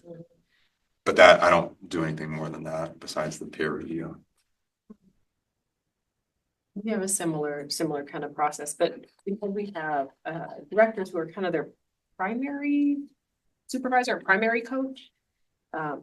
They may, because they lead cohorts, they may decide, oh, we're gonna do some cross-disciplinary stuff. And it's not a part of our curriculum to do that, but they may do that on their own. But primarily students do get feedback from each other. That's sort of in their area, their credential area mostly. Although the person who's their primary coach also reads their work, and they don't hold all the credentials of all their candidates. So they're getting some feedback, but it's not about the content of the work because there's all the sort of criteria and restrictions around what kinds of feedback can be provided. The reason the idea like hooked with me is because I think of the value of that as preparation and the embedding nature of just, students who are preparing for this assessment, getting feedback from other students going through it and, what you're talking about. But when we talk about equity for students in being prepared, if it's all informal, if students just create their own study groups, there are students who are more or less social than others and who do this kind of thing, because they have friends in the group, they've made friends, let's get together and do this. And then there are students who are left out of that and they don't ever get that level of feedback, that level of, help in doing theirs. And so there's an inequitable thing just based on, and there's a social tension where you've all done a study group and can I be part of your study group? And where that won't happen. And so I don't know, unless it's a formal part of the program, I don't know how you address that inequity of opportunity. Yeah, that's a good point. I'm a mom of 4, so I've done it all. Like I can't join that study group because I had children going here and there, or I do better online, or like there's certain things that I know teacher candidates, so they're afraid, or like I don't belong. I feel I don't belong. Like why am I here? They have that imposter syndrome sometimes that occur, and but anyway. So go ahead, Matt. I know you're going to say something. Uh-oh, did you lose it? Just Sorry. No, Beverly had said something, and I was thinking about the last question about what sort of data. I think what's the last question? What sort of sources or things? I've made me wonder about if we I don't know if this is actual data we can get our hands on, but if we look at maybe some of the more successful and less successful programs and see how they are currently embedding or not this into the coursework to see about what sort of recommendations and best practice might be possible, so that at least we maybe at least disrupt current inequities and Yeah. maybe bring things a little bit closer. Yeah, that examination of the programs that do this really well. Yeah, right. Is it just like one class, like this program, it has a low success rate, just as there's a TPA class and it happens Right. in 16 weeks and that's how we embed it versus something like we're doing this constantly and our teachers are doing multiple rounds of this and getting feedback and doing these 16 things. weeks is the best case scenario. Yeah. It's a month program. Oh, you know, Right, you yeah, know. yeah, yeah. But like we're all talking and we think this, I think, and again, maybe I'm projecting, that the idea of student peer groups would be an advantage, would be a good thing to, and formally part of a program rather than informally, whatever. But I think that if that were to transition along to become a recommendation, like in the accreditation standard, or whatever, we would probably need some evidence that it actually is a beneficial thing, like I think it is, maybe we all think it is, but do we really know that students benefit from that? It seems intuitive. It seems like, of course they would I be. think well, I'm thinking about, oh boy, I am gonna draw a blank on the name, but it came out of UC Berkeley, entry-level calculus. Well, we're not gonna be able to help you there. Well, no, but I'm sure you may have heard of it, or maybe not. I don't know. Sorry, this is math ed in me. But the professor noticed that there were certain demographic groups that were succeeding and others weren't. I think primarily it was the Asian and Pacific Islander groups were by and large more successful than the Black and African American students. And this teacher, professor, instructor, through investigating, learned that it was a lot of the Asian communities were working together. Peer So there groups. is. And the Black and African American students were in isolation studying on their own. And so this teacher made it a point to make sure that within the class there was these peer study groups that were happening, and that disrupted a lot of the differences in the grades. And that it will come to me eventually the name of the work, but there is some at least Some precedent, some evidence that, I yeah. think data could possibly be found in what you're like, if you're looking at, I would like to see programs that do it well and programs that don't do it well. Right. You might have a hard time getting more data from programs that don't do it well unless they're really being open and say, you know what? 30% is not good. Like we need to Yeah. increase. We need to know let's look at our data, see what's going on. And I wonder if we can find that answer in that. but Do is they- this Do they do peer groups, the ones that are more successful? Are they doing that or are they not? That would But- help us know. Is And that if something the- we want to recommend they do Yes. because we know that it would add value, or? Because I think before we add something to a standard that we make everyone do, we have to be pretty sure that there's a rationale There's for it. evidence. There's evidence for it. Yeah. I think what's interesting about this as well is that I think because this assessment is one piece of the program, I wonder if students who are not doing as well on the tests are also not doing as well in other parts of the program. If that's the case, then some sort of strategy such as that or other things would probably need to be pervasive throughout the program and maybe isn't so specific to this particular assessment. But I'm not sure. If it's the case that it's not reflective, then there's something about the assessment experience that is different from, what they're dealing or what they're engaging in for the rest of the program. You make me think of back to what you were talking about your 3-part assessment and how you use that to sometimes counsel people out. And I wonder if there are programs, I'm sure there's data collected somewhere about the rate at which programs have attrition, during the year or the year and a half, and how effective a job programs do at recognizing students who are not going to be successful and counseling them out before they get to that point. Or are there programs who, I'm sorry, as long as they're paying their fees, they're going to stay in there because they want the enrollment and the fees. And so part of that summative nature and high stakes assessment is, do they get early enough feedback to know that this is not the profession? And that gatekeeper role again, I think teacher ed people take that really seriously about making sure that only the people that this is really the right fit.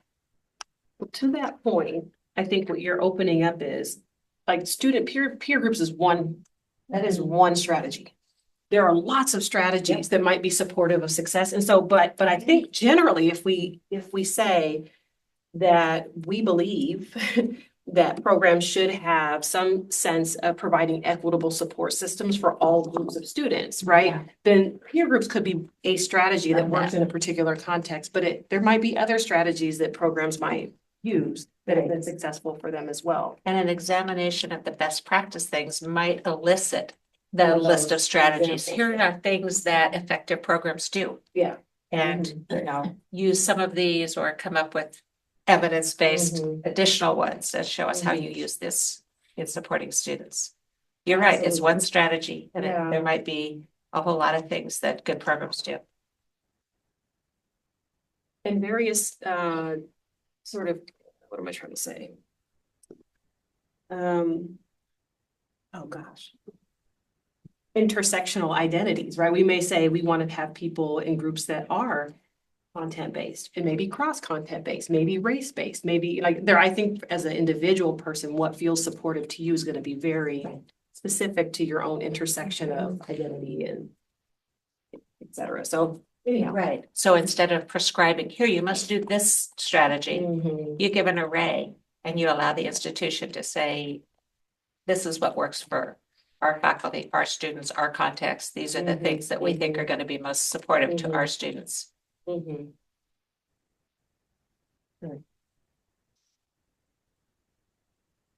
You find it, Matt? I got distracted. No, I got distracted this. I was looking for it, but I couldn't find it, but, It's okay. it's in the back of my mind. In the The shower. wheels are turning, yeah, It's that's, well, I won't be able to focus, but I'm gonna do my best to be present, and that's one of the. So forgive me, I wasn't listening to. No, I just know if you wanted anything to add to that. So I was just thinking. I know Oh, you no, were- we're I done? thought you were We got- focused. No. We have 15 minutes before we need We to. can go back to what we need for the focus area too.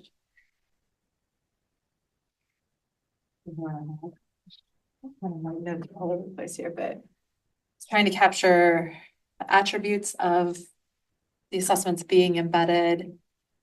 I did note down the comment that it does not, embedding does not exist within the accreditation standards. But giving feedback throughout the year, embedding throughout the program, that's kind of repetitive. Embedding feels one directional. How might we make it bi-directional? Accreditation requires us to demonstrate that we are assessing the TPEs, but TPAs are also assessing the TPEs.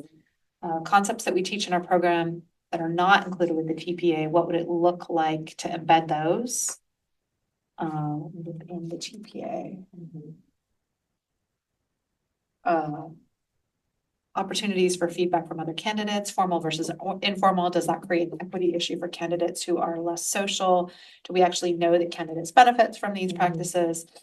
Programs should have some system of support for all groups of candidates.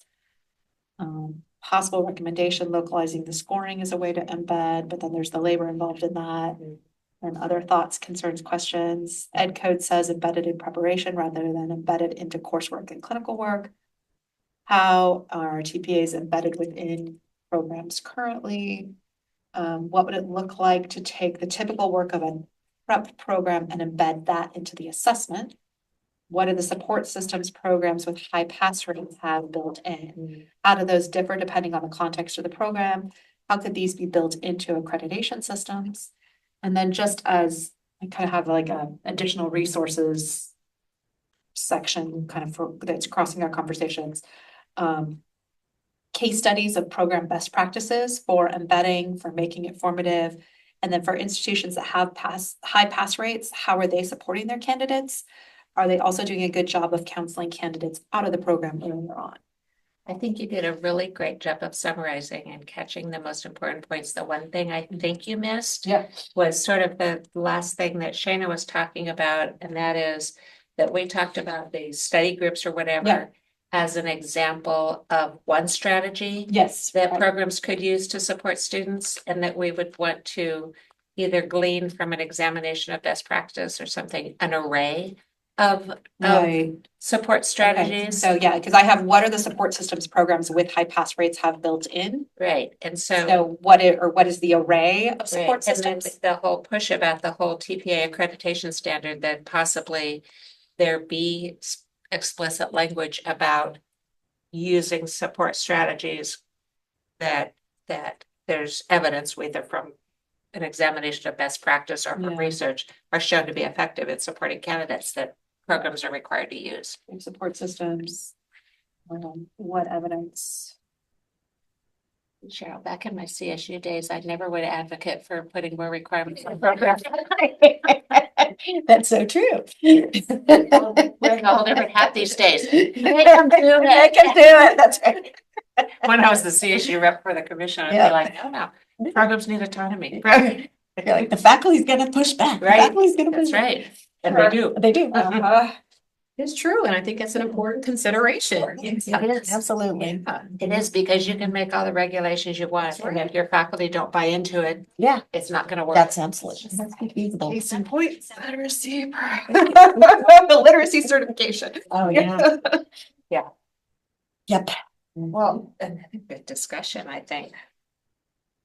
Did you guys get all the duplication concepts? No, duplicative work for candidates. I don't feel like we don't have Yeah, any notes under that, actually.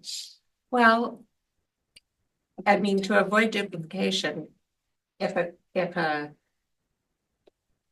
assessment and the program are truly embedded in one another, that I think addresses duplication, at least to some extent. Because if they're sort of congruent with each other, it would.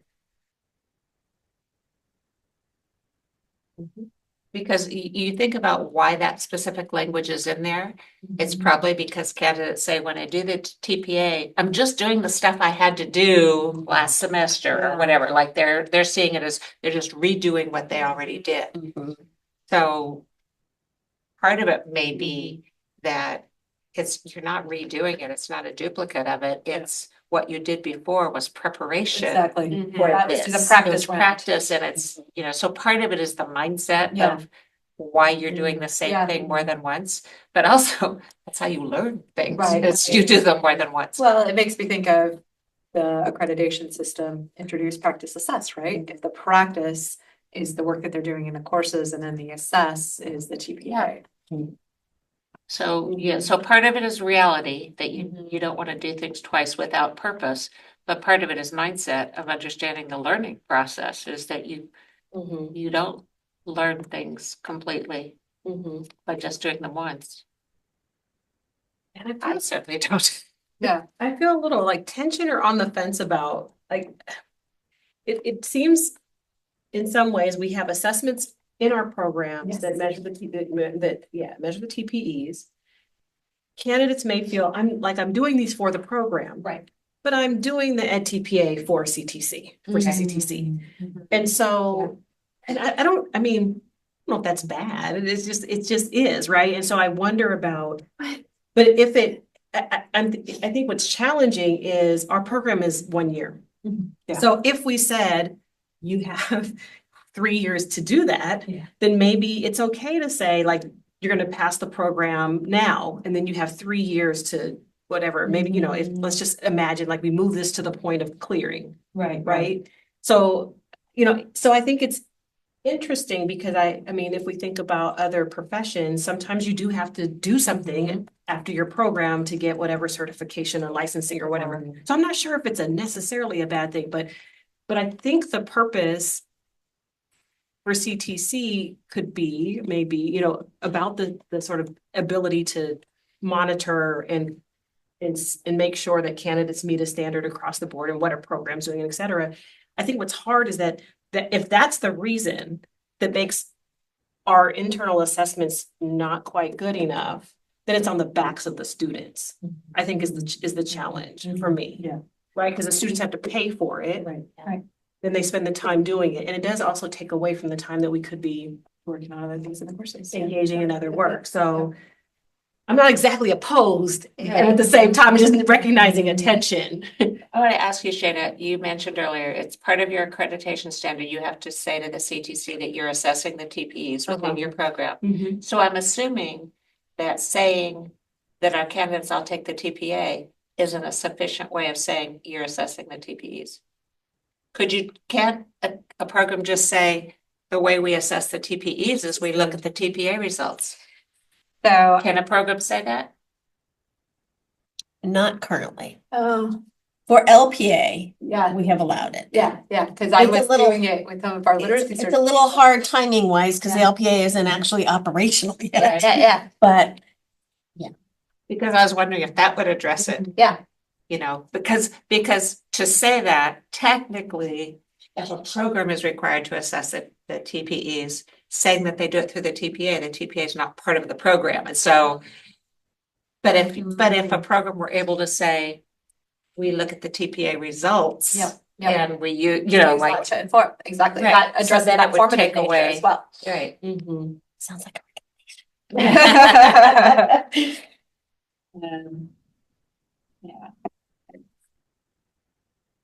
If there's enough flexibility within the TPA to be able to contextualize, I think that's because we are constantly assessing these things. It's not, Right. they Right, don't and write a it's lesson formal plan and at the end of the informal year. assessment, right? It's Right, so it's Yeah. ongoing, and I'm sure many programs do. Yeah, so it would have to, I think the assessment would have to shift for us to be able to use it in that way.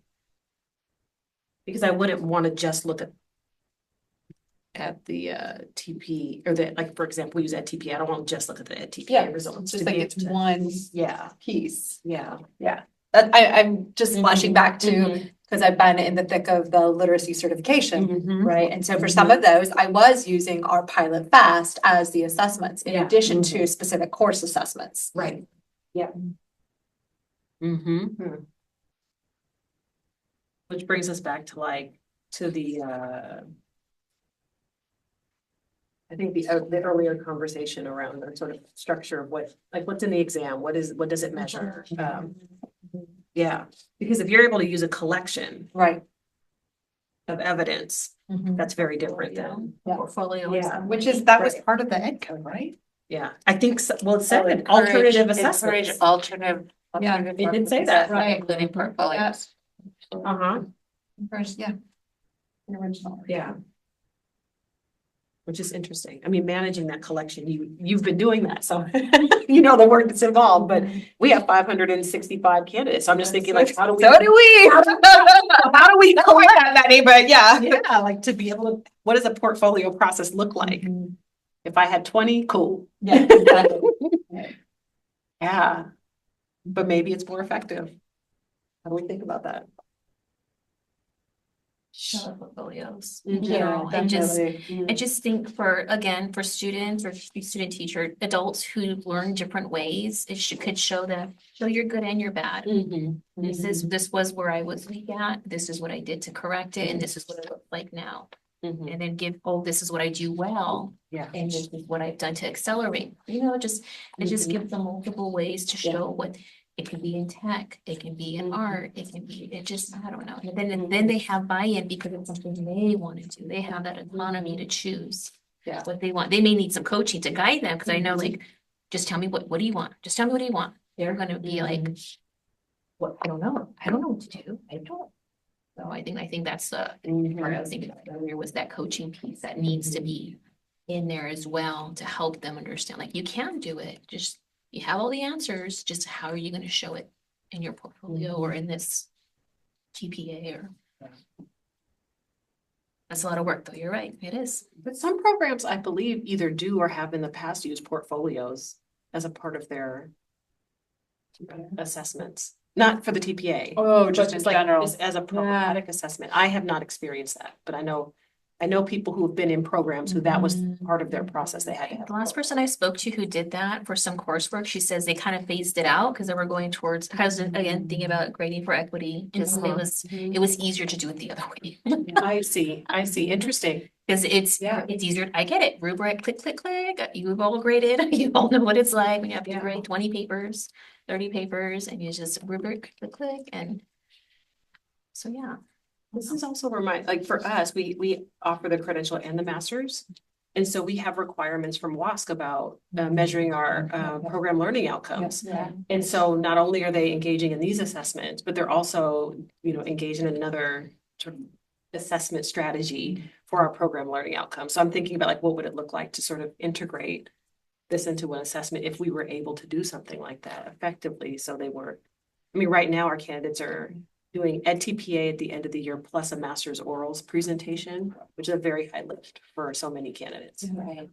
So we're in local conversations around assessments, because of that, like just the sustainability of such a practice with so many candidates. Should probably wrap things up.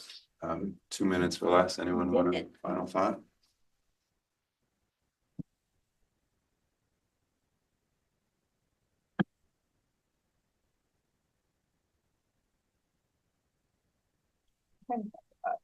You said, what would it look like to embed the TPA within larger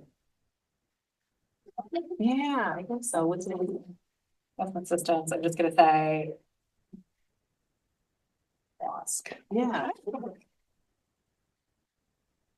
Yeah, that's funny. I was just having a conversation, not for initial preparation, but for some of our advanced programs that are tied to masters. Yeah. An exact conversation yesterday. Interesting. But, the student learning outcomes should be connected with the. Yep. User. Yeah. Nice work, group. Thanks for facilitating. Yeah. And time's ready. Okay, we're all ready. So. Okay, so we gotta come up with our synopsis, a summary of what we discussed. Do they just want the You're up, record? Juliet. I know, Joyous is being recorded. yeah. We just want to make sure that we emphasize certain things, or do some things need to be privileged, prioritized, uplifted more than others. Yes. Well, just because I don't know exactly which they were, but I looked at several times during the discussion, like, oh, that's a good point. I think we. Do you want me to just read through it again? Read through all the notes, or, like, which my email? I'm like, where's my Google Docs? If you read through them again and each of us can like make a quick note of something you say we think is important, and then we'll share at the end if we agree on what the important ones are. That works. I was saying we just play our Zoom recording at 1.5 speed. Our points. Okay, so. Focus area 1. Which was valid and authentic to the work of teaching. Very complex. Attributes of valid and authentic to the work of teaching. Tasks replicate what a beginning teacher would do day to day in the classroom. Need to be representative of what you would actually do as a teacher. Has to involve students. Though there's still too much involved in teaching to be able to capture everything in an assessment. It has to involve an array of tasks that across candidates captures the range of teaching tasks. The contexts may be different, but the knowledge and skills evaluated need to be representative of teaching. So then this is a question, what is consistent in tasks of teachers across the full range of school contexts? Watts versus Modoc, strong mentor versus a weaker mentor. The teacher's ability to adapt to the context and the learners in that space. Creating spaces and opportunities for P12 students to learn. Want to believe that if the prep program is doing a good job preparing teachers, then the TPA should not be a big deal. So some questions or concerns. What are the most authentic, frequent, foundational aspects of teaching? How authentic can it be when you're working within constraints that are the constraint or working within constraints placed on you by a mentor teacher? And then access the tension. What space does the candidate have? Oh, access tension. What space does candidate have access to versus ensuring they are prepared to teach children in any context? And then the extensive writing requirement or the extensive writing required within the existing TPA models are not realistic to the day-to-day working of teaching. What would it look like to provide UDL options?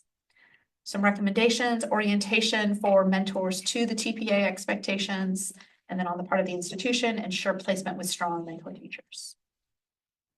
Then formative in nature. Attributes of not an end task in itself, part of Oh, a wait, learn. I'm sorry, Okay. can we? Yeah, back up. That Stop costs there. us a lot. We're gonna go through all of them and then. Well, I think you're right. We think we should pause there. Um, I can just highlight areas. Recommendation. yeah, so we're just thinking about the valid and authentic Uh-huh. for the work of teaching. What are the things that speak to people that are most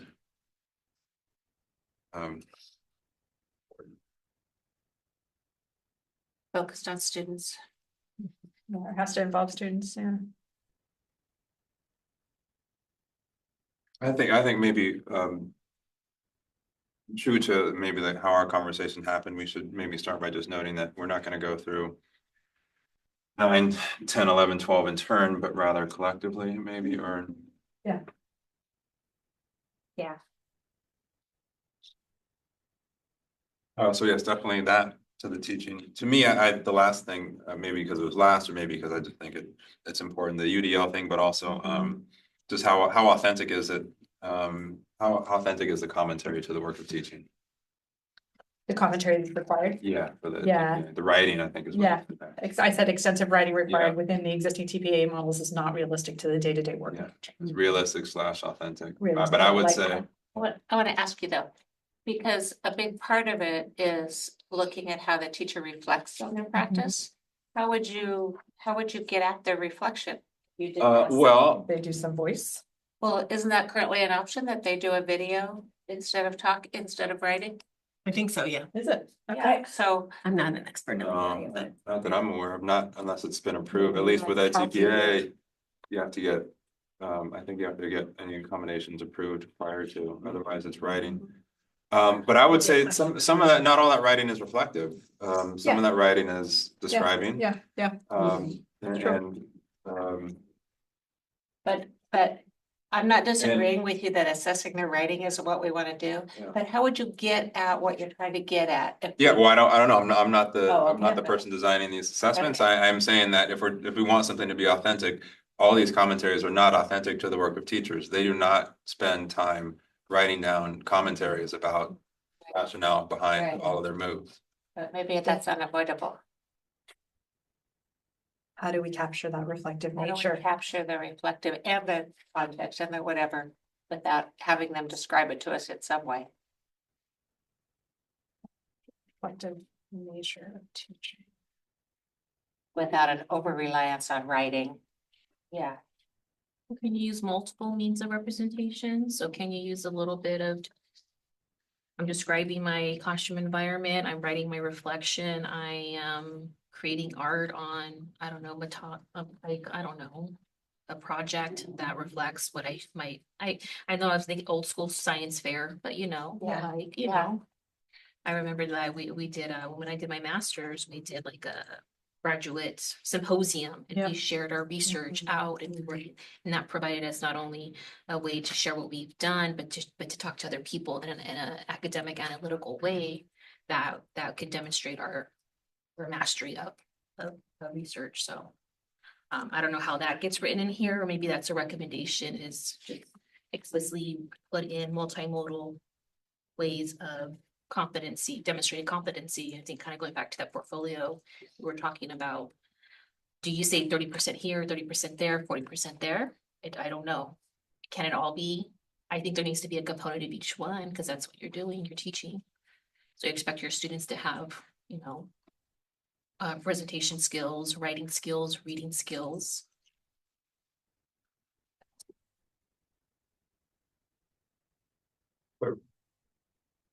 Reading and writing like different in different disciplines.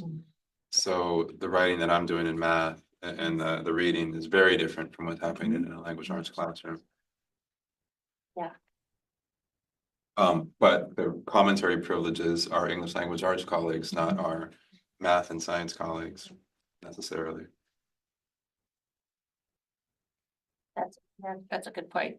I wasn't thinking at it in that term, and that's a really good way of explaining it. I mean, at least to me, it made it light up for me in a different way. Yeah. That it privileges some candidates over others. That in ways that have nothing to do with the quality of their teaching. Okay, gotcha. I think an important point too is, the contexts may be different, but the knowledge and skills evaluated need to be representative of teaching.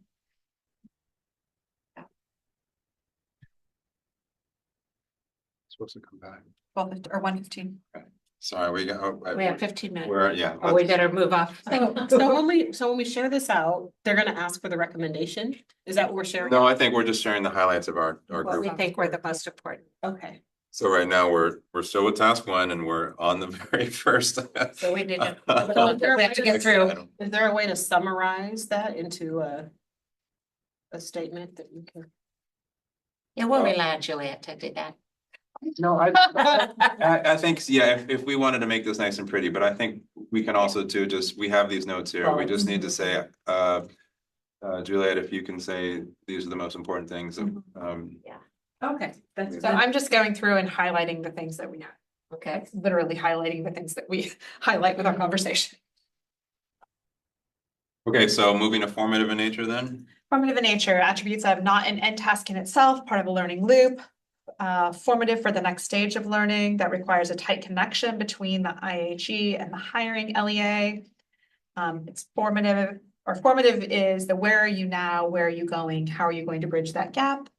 Needs to be tightly embedded within the prep program, results provided within the program, or results provided within the program so that they can inform future work.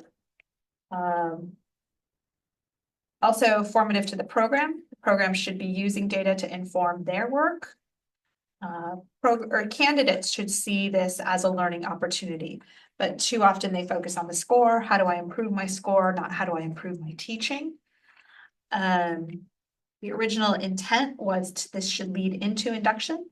Nice question / concerns. How do we reframe the narrative around the TPA? Could the goals candidates set at the end of the TPA become part of the IDP? Are there programs that have built-in systems to provide feedback on related tasks prior to the TPA? How can this be seen as the starting point for ongoing growth into early years of teaching? Once we attach scores, the formative nature diminishes. Could we take away the assessment piece to make this into a tool to determine areas of strength and areas for growth? Many good points in there. One that struck me was that we differentiated between formative for the individual and formative for the program. And I think that's important to consider both of how it could be used for both. The other one for the individual anyway is about it needs a connection into the next stage of learning into the district. And so the two phases, preparation and induction, need to have a much tighter connection. And I think Cheryl told us that currently it's, except with the secondary passing standard, it's not required that the Yeah, I think we have that. Just looking up the standard About just to that. see what the words are. the results be carried over. That's, we had that, well, I put it in our discussion. And I think something appropriate for about that, beginning that teachers. it should be a requirement that TPA results be carried over. Yeah, it's not explicit in standard 6. Yeah. And there was one other one you said that I loved. Well, and I think that the concept of formative is very closely related to the embedded concept, and we're not going to get to truly formative unless we get to truly embedded. That is another point.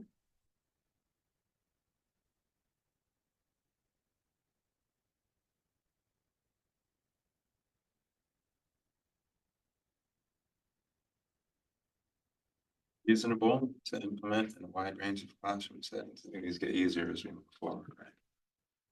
Yeah, and the only thing I have here is if we can't account for the full range of contexts in California, what should the TPA focus on? I think this is where our point came in about in the context, about sort of how do we control for the context of settings is that idea Yeah. of guidelines for cooperating teachers or training or Yeah. something that helps control the context, at least to the extent we can, that cooperating teachers need to make certain opportunities available to their candidates. So the how authentic can it be when working within the constraints placed on you by a mentor teacher? Right, and so the mentor teachers need to align with some Yeah. guidelines or Right. trainings or something. That was in, oh, the recommendations, the orientations for the mentor.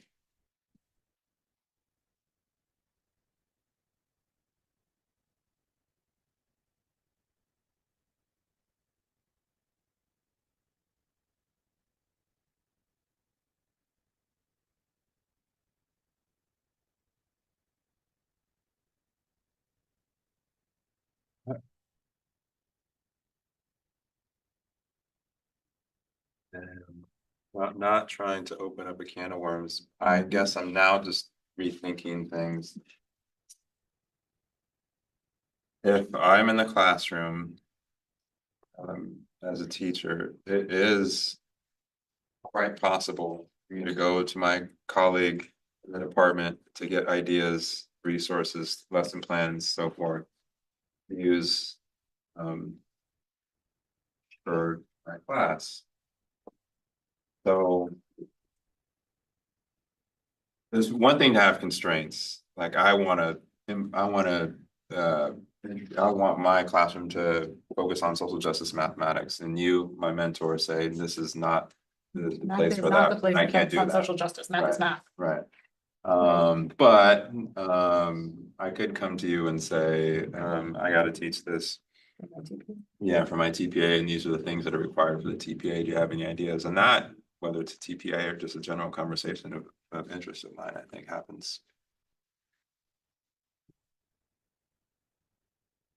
Authentic. So I guess I don't know, maybe the thing about the constraints about the mentor, I'm just wondering if we need clarification on that maybe or something. Yeah, I think it's a little more than an orientation for the mentor. I think it's more like expectations of you have to make sure that your candidate has the opportunity to perform in a way that, helps them be assessed fairly, that they,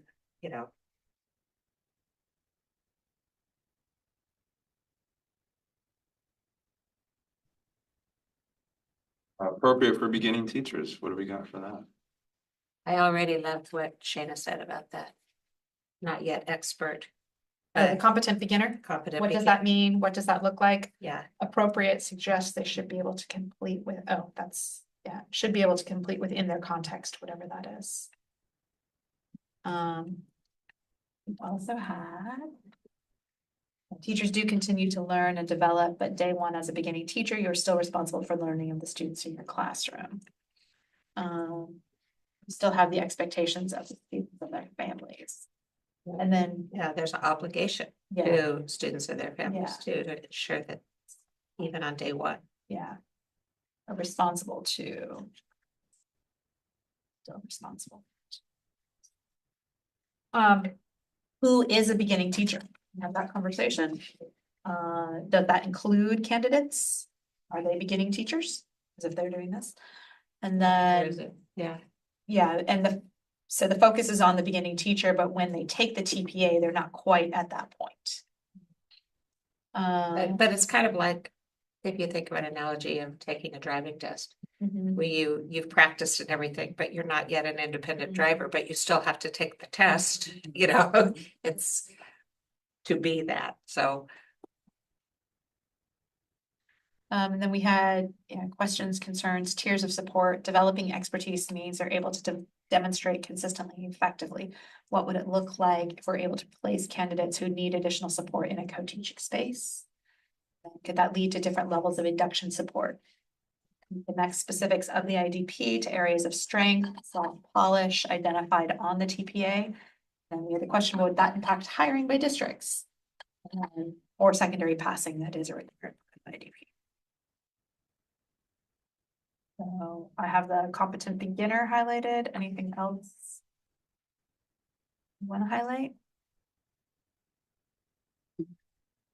think that, I don't remember the exact words to use, but somehow the concept of we recognize it's a high bar, you know, of being a teacher day one, but there's expectations, obligations to your stakeholders about being Yeah. at some level of competence. So even though they're a beginning teacher and they're not done with their learning, they Yeah. have to be at an acceptable point. Those are way too many words for what I was trying to Well, I say, thought- but you all The know way what that I. I had it written, teachers do continue to learn and develop, but day one as a beginning teacher, you're still responsible for the learning of the students in the classroom. There, that was it. And then we had the other concepts. I think we talked about equity in two different ways. And Yeah, equity, how is this equitable for the candidates? And then, also necessitates teachers who can teach in a way, equity necessitates teachers who can teach in a way that empowers their students. did we have another thing, another? I mentioned, culturally sustaining pedagogy. Yeah, embedding cannot be embedded with it. It's not get assessed. Do both of those relate to sort of the updating? I think so, or it could. Yeah. And then another piece we talked about was the assessment design standards, because that ultimately controls what gets put on the assessments. And then the companion piece to that is the CPA accreditation standard that we also want to look at to see if any of these things could be addressed by alterations to that. Yeah. Because both of those two documents are easier to amend and change than Yes, the ed the code. assessments themselves. Resources, right, resources to review, that, the assessment design standards and the Accreditation Accreditation standard standard. that has to do with TPA. Which accreditation standard is that? It's, Come on, Cheryl. I know, I should know it off the top of my head. Performance assessment. Five. Assessment Or not common, not common. No, program standard. Program standard Program five. standard five. Yeah. It's not a common standard. No. No, the continuous improvement one is, there's support for candidates is, so it does, there It are overlaps. areas of, Yeah. but the TPA specific one is, I'm pretty sure it's 5. I don't know if it's the same one in SPED. I'm open right So now. that's the MSSS. Yeah, 5. Implementation of a teaching performance assessment. Yes. That's what I should know these. I think you do. Yeah. That's pressure. Just the number. Okay, we have just a minute here. Okay, then we gotta move to focus area 2. Yeah. Oh boy, embedding assessments into. The attributes of embedding into coursework and clinical work, embed does not exist within the accreditation standards. It means giving feedback throughout the year, embedding throughout the program. Embedding feels one directional. How might we make it bi-directional? Accreditation requires us to demonstrate that we are assessing the TPEs. The TPAs are also assessing the TPEs. Concepts that we teach in our programs that are not included within the TPA. What would it look like to embed those within the TPA? Opportunities for feedback from other candidates, formal versus informal. Does that create or do informal opportunities create an equity issue for candidates who are less social? Do we actually know that candidates benefit from these practices? Programs should have some system of support for all groups of candidates. Possible recommendation, localizing the scoring as a way to embed. The concern is the labor involved. Thoughts, concerns, questions. Ed code says embedded in preparation rather than embedded into coursework and clinical work. How are TPAs embedded within programs currently? What would it look like to take the typical work of a prep program and embed it into the assessment? That involves changing the assessment. Yeah. What is the array of support systems programs with high pass rates have built in? What evidence do we have to support these? How do those differ depending on the context of the program? how could evidence-based best practices be built into the accreditation systems? I would just say that thing about the programs with high pass rates that may have unique support systems built in, because sometimes high pass rates are just, it's a better quality program. They've got higher talent faculty, they've got higher, better schools that they play, they put more care into that or whatever. Well, let's But- also be honest, maybe higher higher students who are probably Right, better better prepared prepared, to right, yeah, put together a portfolio. So it's not just the high pass rate programs in themselves, it's the practices that may be unique to those programs in terms of student support. We want to look at the high pass rate programs and see if we can identify unique support systems that we want. What are the unique support systems Right. offered? Yeah, that. And from what those- evidence- From those best practice programs, and then looking back at the TPA accreditation standard, is that something that should be in there about using some array? And I think the peer support one is an example. It's not like the one we're saying, Yeah, yeah.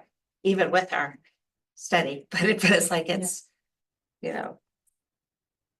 I really like the by. The bidirectional. yeah, the two-way embedding, yeah. Mm. And I think here again, it's